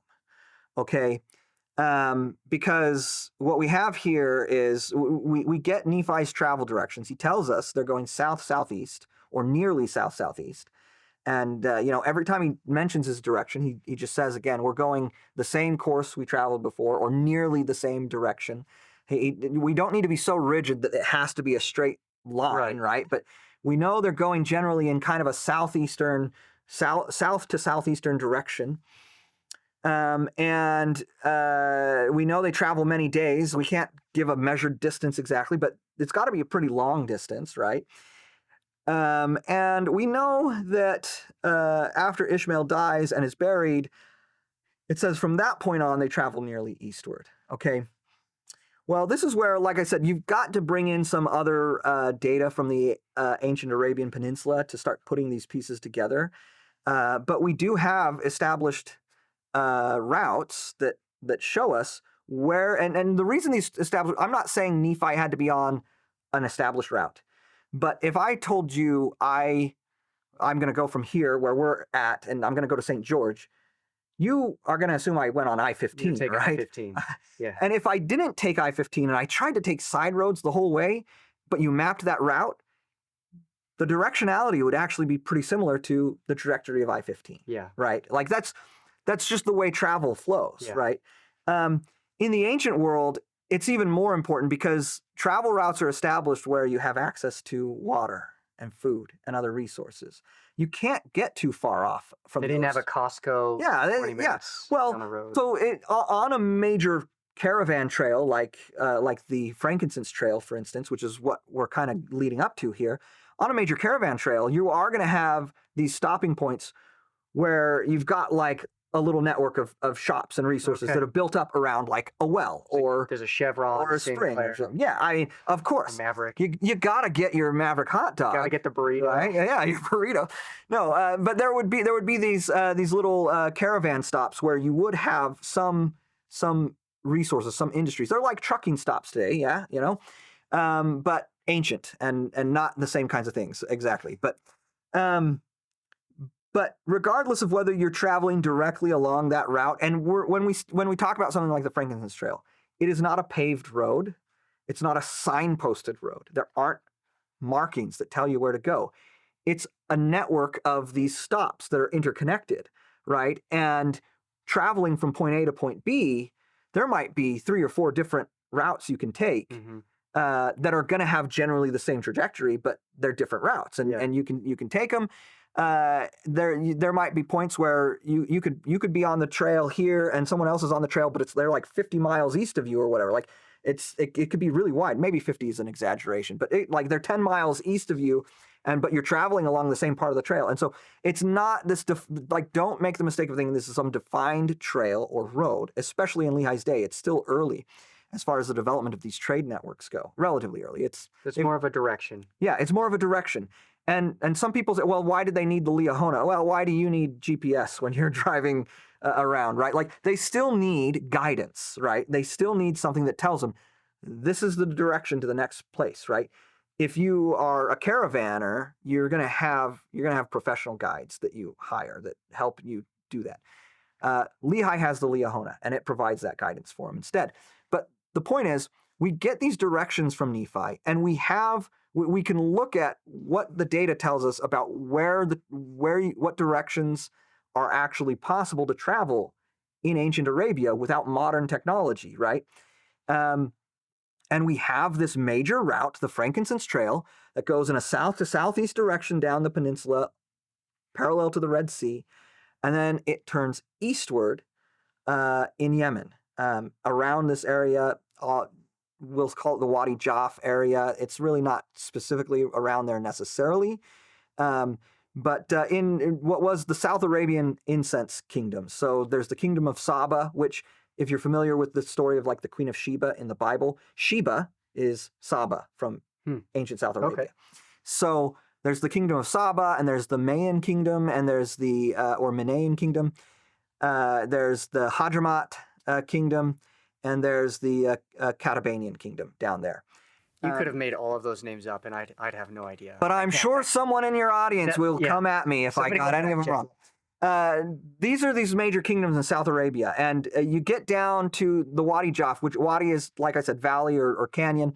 It's just this big valley. The mountain chain kind of breaks open. There's a big valley there. There were several major polities, major cities in that area, and there were caravan stations there where you would resupply and then you would start your turn eastward there.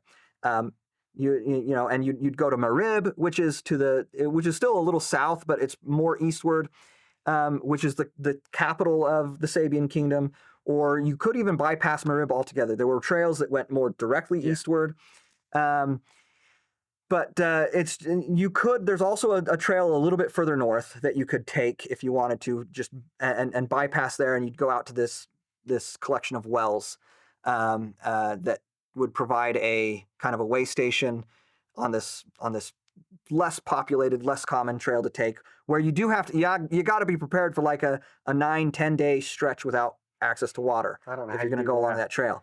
But you could take it. And it also went out east, and then it would kind of remerge with some of the other trails and things like that. But these trails go eastward there, and to the east you have the Dofa region in Oman, southern Oman, which is the primary frankincense growing region.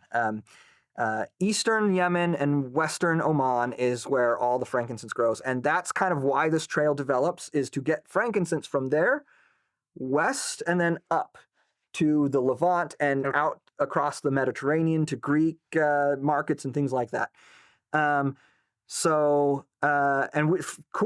Cool fact is we've actually got an account of someone traveling it the other way, coming up from South Arabia up to Palestine area, mentioning that they went to the cities of Judah, and it's in this inscription that dates to 600 BC. So we can document at least the north-south leg of the trail with that text alone, the basic trajectory of it at least. Yeah. Right? Very cool. It exists in Lehi's day, for sure. Okay. Right? Not that was ever in serious doubt, but it's cool we've got an inscription that directly proves it. Anyway, we've got these trails that show that this is if you're traveling in Arabia like Lehi is, this is you're and you want to go east after going southeast. Well, this is the area you've got to do it in this kind of Wadi Jaffa. Yeah, there's these checkpoints. Yeah, I mean, in fact, I mean, look, if you tried to turn east much earlier than this, you're going to end up in the empty quarter of Arabia, and you're dead. You're just dead. Especially Especially if you're not experienced traveling in the desert. You go a little further south. I mean, you could maybe make your way back to the main trails or whatever, but this is kind of like it's a turning point. What these ancient roads tell us is that if you wanted to travel in these directions and survive, this is the route you had to take. Okay. And that was a big, long explanation for me to lead up to the point that it just so happens that in that general vicinity, there's a tribe that has been settled there since pre-Islamic times with the name Nahom. And it gets transliterated or translated in different ways. Sometimes people do actually translate it more like Nahom or Nahom. And that's right? because the Hebrew doesn't have. Well, in this case, we're talking about like ancient South Arabian language, but Okay. yeah, it's a Semitic language. They don't write vowels, but also just generally like how we transliterate like Arabic language, like Arabian languages and stuff in general it's really inconsistent. A lot of travelers actually, some of your people are going to ask about maps from the 17th century and 18th and the 19th century, or the 18th and 19th century that talk about Nahom, or that have Nahom on it, right? The explorers who made those maps, they come back and they say things like, I had a really hard time knowing how to spell these words. I would ask a person the name, and I would try to write it out phonetically, but I had a really hard time knowing how to spell. They just did the best they could. And some of them wrote it Nahom, some of them wrote it Nahom, right? Or whatever, with an A. And so that's just how it happens. And the more consistent academic way to translate it is with an I these days, so Nahom. But, there's a lot of ways that you could spell it. But you have this tribe that's been there since pre-Islamic times. And then we have inscriptions that refer to people as Nahomites. So people who are from that tribe, or are from the land that tribe lived in. And you do have to understand that this is another, I don't know, do people ever say it's a tribe, not a place in your comments? That's the one I see sometimes, but I don't know if mine are that sophisticated yet. sometimes people make a stink like, oh, it's a tribe, not a place. Okay. Okay, well, Yemeni tribes, I actually have a whole paper on this that I published in BYU Studies. And there's more evidence that I didn't even cite in there that I found since then, or that other people have found and I've read about. And I'm like, oh, I wish I'd known that when I wrote that paper. Yeah. But Yemeni tribes are very, very much tied into their territory. It's their territory is not that it doesn't ever fluctuate or change, or they don't ever move or relocate, but where they live is like part of tribe and land are integrated. Right. It's like the room my daughter sleeps in our house is Ella's room. Yeah, exactly. And this is like, and so it's their land, right? Yeah. So where the tribe of Nahom lives is the land or the place of Nahom or Nahom, okay, however you want to pronounce it. And this goes back, I show this in inscriptions. You have tribal names being used as place names in ancient South Arabian inscriptions. So this goes back into pre-Islamic times, into antiquity, when Lehi would have been there, right? And so when you have, in fact, some scholars will say, when they read these inscriptions that say so-and-so was a Nahomite or a Nahomite, some scholars will say this means he came from the region Nahom, while other scholars will say this means he came from the tribe Nahom. And which is it? It's both, right? They're integrated together, right? Yeah. So this idea that there's a place, there's a tribe that has a territory, and it goes back to antiquity. We've got inscriptions going back to the 7th century BC that mention them, and we can't prove exactly what like their tribal territory boundaries were in Lehi's day, but we can trace it historically for over 1,000 years, and we know where they are during that time. And the ancient inscriptions we have are generally consistent with that location. So we have a pretty good idea of where they are. And they're right there surrounding this Nahom, or this Wadi Jaf area. where the trails all turn east. In fact, there's 3 main trails. Well, there's a main trail and then 2 shortcut trails that go eastward in that area. And all of them are like within 10 miles of the historical boundaries of the Nahom tribe. Okay. So yeah, we can pinpoint this. We can say, based on actual ancient Arabian data, if you went south-southeast like Lehi does into Arabia, the place you're going to turn eastward is around here, where there is, in fact, a region, a tribal territory that goes by the name Nahom. That Nahom could be a translation of. In fact, Right. I think we do ourselves a disservice when we say Nahom. The pronunciation guide, it's a short U sound, Nahom. Nahom. That sounds... We're trying to make it sound even more different. Yeah, we make it sound more different than it really necessarily needs to be. Not that the pronunciation guide for the Book of Mormon is inspired. We don't actually Not know. infallible. We don't actually know how like ancient Nephites pronounced Yeah, these names. sure. But the pronunciation Nahom sounds a lot more like Nehem or Nahom than when we go Nahom and make it sound like, there's no place like Nahom. So anyway, Archaeology jokes. but the inscriptions, the dating, like it's all there. That's really solid. And it's further locked in by this fact that when you go eastward on that trail, you come to this region, the Dofer region, that has lush fertility, that has inlets that have all the details described by Nephi when he's talking about bountiful, right? And so you're going to go through a really barren, really difficult stretch to get there, right? And Nephi talks about sojourning in the wilderness in that last part of First Nephi, in the first part of First Nephi 18 before they get to bountiful. Yeah. But then they arrive in this place and it's got trees, it's got honey, which means there's bees, which means there's flowers, right? It's got all this abundant fruit, right? It's got all this fertility. And we find an area just like that. Roughly, I think off the top of my head, roughly 700 miles to the east. And it's almost exactly due east, right, of this area. And so, again, that just locks it in. Like, okay, we can't move where you find a region that fits bountiful, right? We can't move where trees and lush fertility happens to be along the Arabian coast. We can't dictate where that is. That's just where it is. We can't move rivers in valleys, right? Where the valley of Valley of Lemuel is. We can't.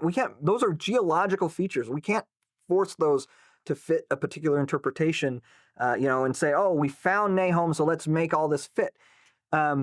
Those are these anchor points. Those are where they are. And there's not just one. And there's not just... There's 3. There's 3 at least, right? And we can't... I don't control where the data shows ancient travel routes, right? Like I can't manipulate that to be what I want it to be, right? It is what it is. A lot of people who... they say you found Nahom and then you drew the bullseye around it. I can't do that. I can't. If we found Nahom 305, if we found inscriptions about Nahom 300 miles to the north, and that's where the tribe was. There's nothing we could do. There's nothing I could do to make that fit, because going east from there is death. And if you survive the death of the empty quarter, I don't know that you find a bountiful at the other end, right? Like I can't make that stuff fit. It's just what the data shows. And it aligns very, very impressively. And that's why, like we use the word convergence, right? Because there's all these different details that are converging. Well, wasn't there one other, isn't there like a headstone or some inscription of Ishmael? Yeah, well, so there is, there was a, they call it a funerary stela to be academic about it. But yeah, it's basically a gravestone, a tombstone. That does have the name Ishmael, or it's in South Arabian script, so scholars would usually read it Yasma'il, which is just how they transliterate or translate using South Arabian as the language. But that is, etymologically, it's the same as Yishmael, which is the proper Hebrew pronunciation, right? It's Yishmael is Hebrew version of the name, Yasma'il is the South Arabian version of the name. and it dates to either the 5th or the 6th century. Which is right around the time. And if it's 6th century, then it's golden. And in fact, it's kind of interesting the way it's reported is it's typologically cast based on the script to be 6th to 5th century, but based on there's a carving of a face on it, and based on the carving of the face, it's typologically cast to be 6th to 7th century. So, I don't know if there was maybe a typo when in the report or whatever, but and that's why there's an inconsistency there. But if you take those two and you average them, 6th century appears to be the date for this the stela, and it has the name Yasmael, which would be the South Arabian form of Ishmael. And it was found. The trouble with that, and I'm the one who published on it, so I'm not trying to. There are some caveats. The trouble with it is it was looted, and so we don't know exactly where it was found. We don't know if it was actually found within territory held or controlled by the Nahom tribe. We do know it came from that vicinity, from that region, right? It came from the Wadi Jaf area that I mentioned earlier, and the Nahom tribe, like I said, their traditional territory surrounds that Jaf, and so we know it came from that approximate area. We can't necessarily pin it directly to the Nahom tribal territory, and we can't necessarily prove that it was someone who, like a Hebrew, right? Like the fact that it's in South Arabian script, some people, that's, that wouldn't be a foreigner. Well, there's one in South Arabian script that has a Babylonian name, and scholars think it's a Babylonian woman. Okay, one of these stela, very, very similar kind of stela. So it could be a foreigner still, right? In fact, a lot of the studies on these particular stela have argued they're very crudely carved. They appear to be a lower social standing. They're not like elaborate burial stones like you expect from the elite. They're these very crudely carved stones. They would have been like a cheap, affordable burial stone, if you will. Yeah. And so people are trying to figure out who were these people. Were they the low social strata of South Arabian society? Some people have noticed cultural similarities to people in North Arabia and even up into Palestine and Israel area. And so they've argued that these are actually, based on the names, based on some other details, these are actually people from the north who die. Some people have associated it directly with the people who travel along the caravan route. Yeah. So could this stela be an Ishmael from about the 6th century BC who was traveling along the caravan route, who was coming from the north and traveling down south and died in that area and was buried? It could be. It could be, but it could be. The reason I've published on it, I don't want to overstate it. It's another data point, right? Yeah. But the reason I published on it is because if this was a biblical figure, and it was found, if this was the name of a biblical figure and it was found in Jerusalem or wherever, right? Even if we couldn't definitively prove it was that biblical figure, it would be big news, right? People would say, hey, it's worth knowing about this. It's worth considering the possibility that this is that biblical figure. In fact, just a few years ago, there was a seal found in Jerusalem that had the name Isaiah on it. And then it had an incomplete inscription that could be reconstructed as the prophet. Yeah. Or it could have been another name altogether. Sure. So could we prove, and it was dated to the right time to be the prophet Isaiah, right? Could we prove that it was the prophet Isaiah's seal? Yeah. No. So it's one of those things that we would like to, but it fits and it could fit, but it's not necessarily. It's not definitive. Yeah. But yes, we do have a tombstone that has the name Ishmael or a version of the name Ishmael on it from the right time and place, and that based on what we know of the kind of people who have those kinds of tombstones could have been from someone who was traveling along the caravan routes coming down from the north, could have even been a foreigner, right? That is a broad profile that Ishmael from the Book of Mormon would fit into. Okay. But we can't say, yeah, that was Ishmael's tombstone. Right. Okay. So, but well, here I will tell you a funny story about that though. Before I ever published on that, before I knew about it, before I discovered it, I was in an argument online with someone once, and I was pointing out all the other stuff that converges with Nahom, and being like, come on, man. And he's like, well, can you prove that someone named Ishmael was buried there? So what? And I was like, come on, man. Like, really? So it answers a particular objection that some people, at least in my experience, have made to the evidence. And even then, I told that person then, I'm like, even if I could, you'd just say we can't prove it's the Ishmael from the Book of Mormon. And that's exactly what people say now. And I agree. It's true. We can't. But is it significant that there's a region called Nahom and there was someone named Ishmael buried in or near that area in like the 6th century BC? It's pretty interesting to me. It is interesting. So we've talked a lot about things that don't prove or disprove the Book of Mormon. So DNA evidence, archaeological evidence, the anachronisms, and ultimately it's just none of these prove or disprove the Book of Mormon. So why is, and we'll wrap up with this, but why is it that you believe the Book of Mormon to be inspired? That's a great question. I mean, at the end of the day, I believe the Book of Mormon is inspired because it's inspired me, right? I read it. I study it. I feel the power of its testimony. Ezra Taft Benson used to say that there's a power in the book if people would only read it. And that's been my experience. There is a power in that book.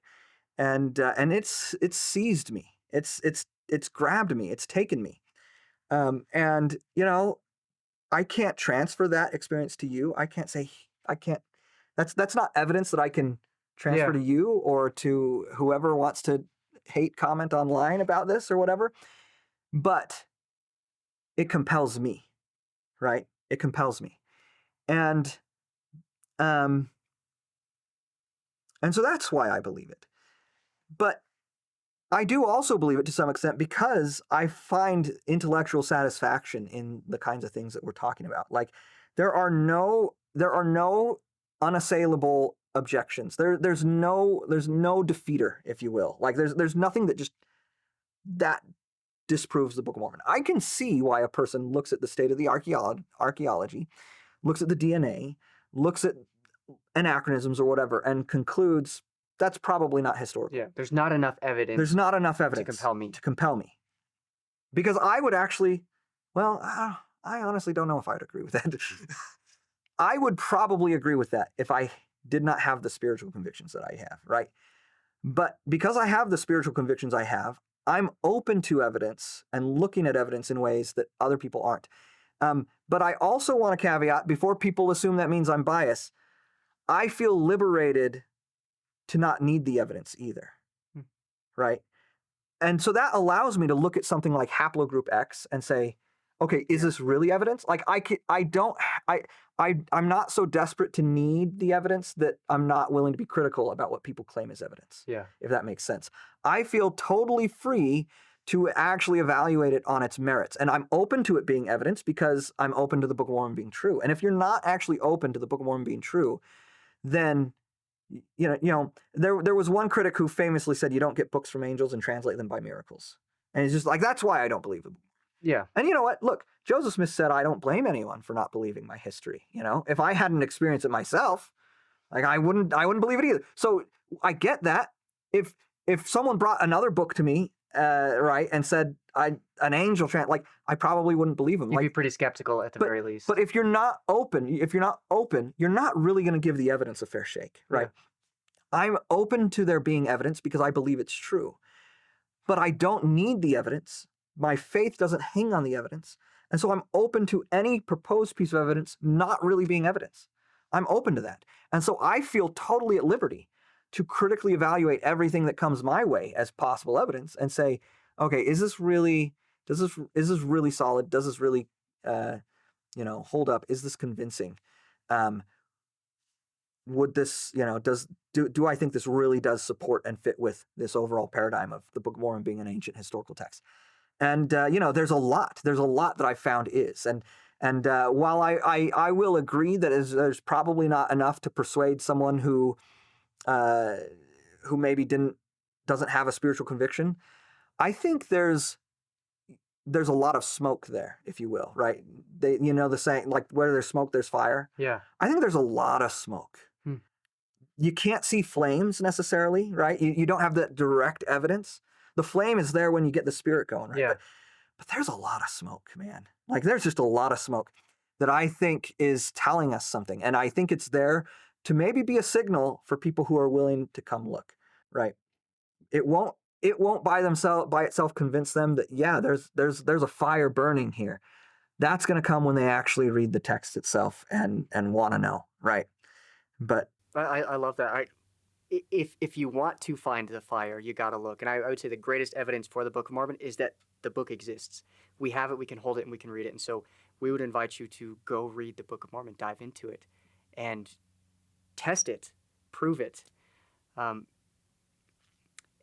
You've got a podcast. Remind us what it is coming up. It's going to be Informed Saints. I don't know when this is going to be out, but it's going to be launching September 14th. So if you're watching after September 14th, find us on YouTube or whatever social media accounts you want to follow us on, where we'll be on all the ones. You know, I'm not the social media guy, so I don't know. X and Facebook and Instagram and Threads and TikTok, Snapchat, you know, I don't know. And Tinder. But Informed Saints is what you want to look for. And yeah, we're going to be having lots of conversations, a lot like this one, if that's something that interests you. So. Yeah, and the Rappleys and Stephen Smoot are, I would say, cutting edge or pretty close to it. If you want more of this, that's a great place to get it. Subscribe to The Rebellion, and we'll see you next time. Thanks, guys. Thanks for joining this episode of The Holy Rebellion. We'll see you next week.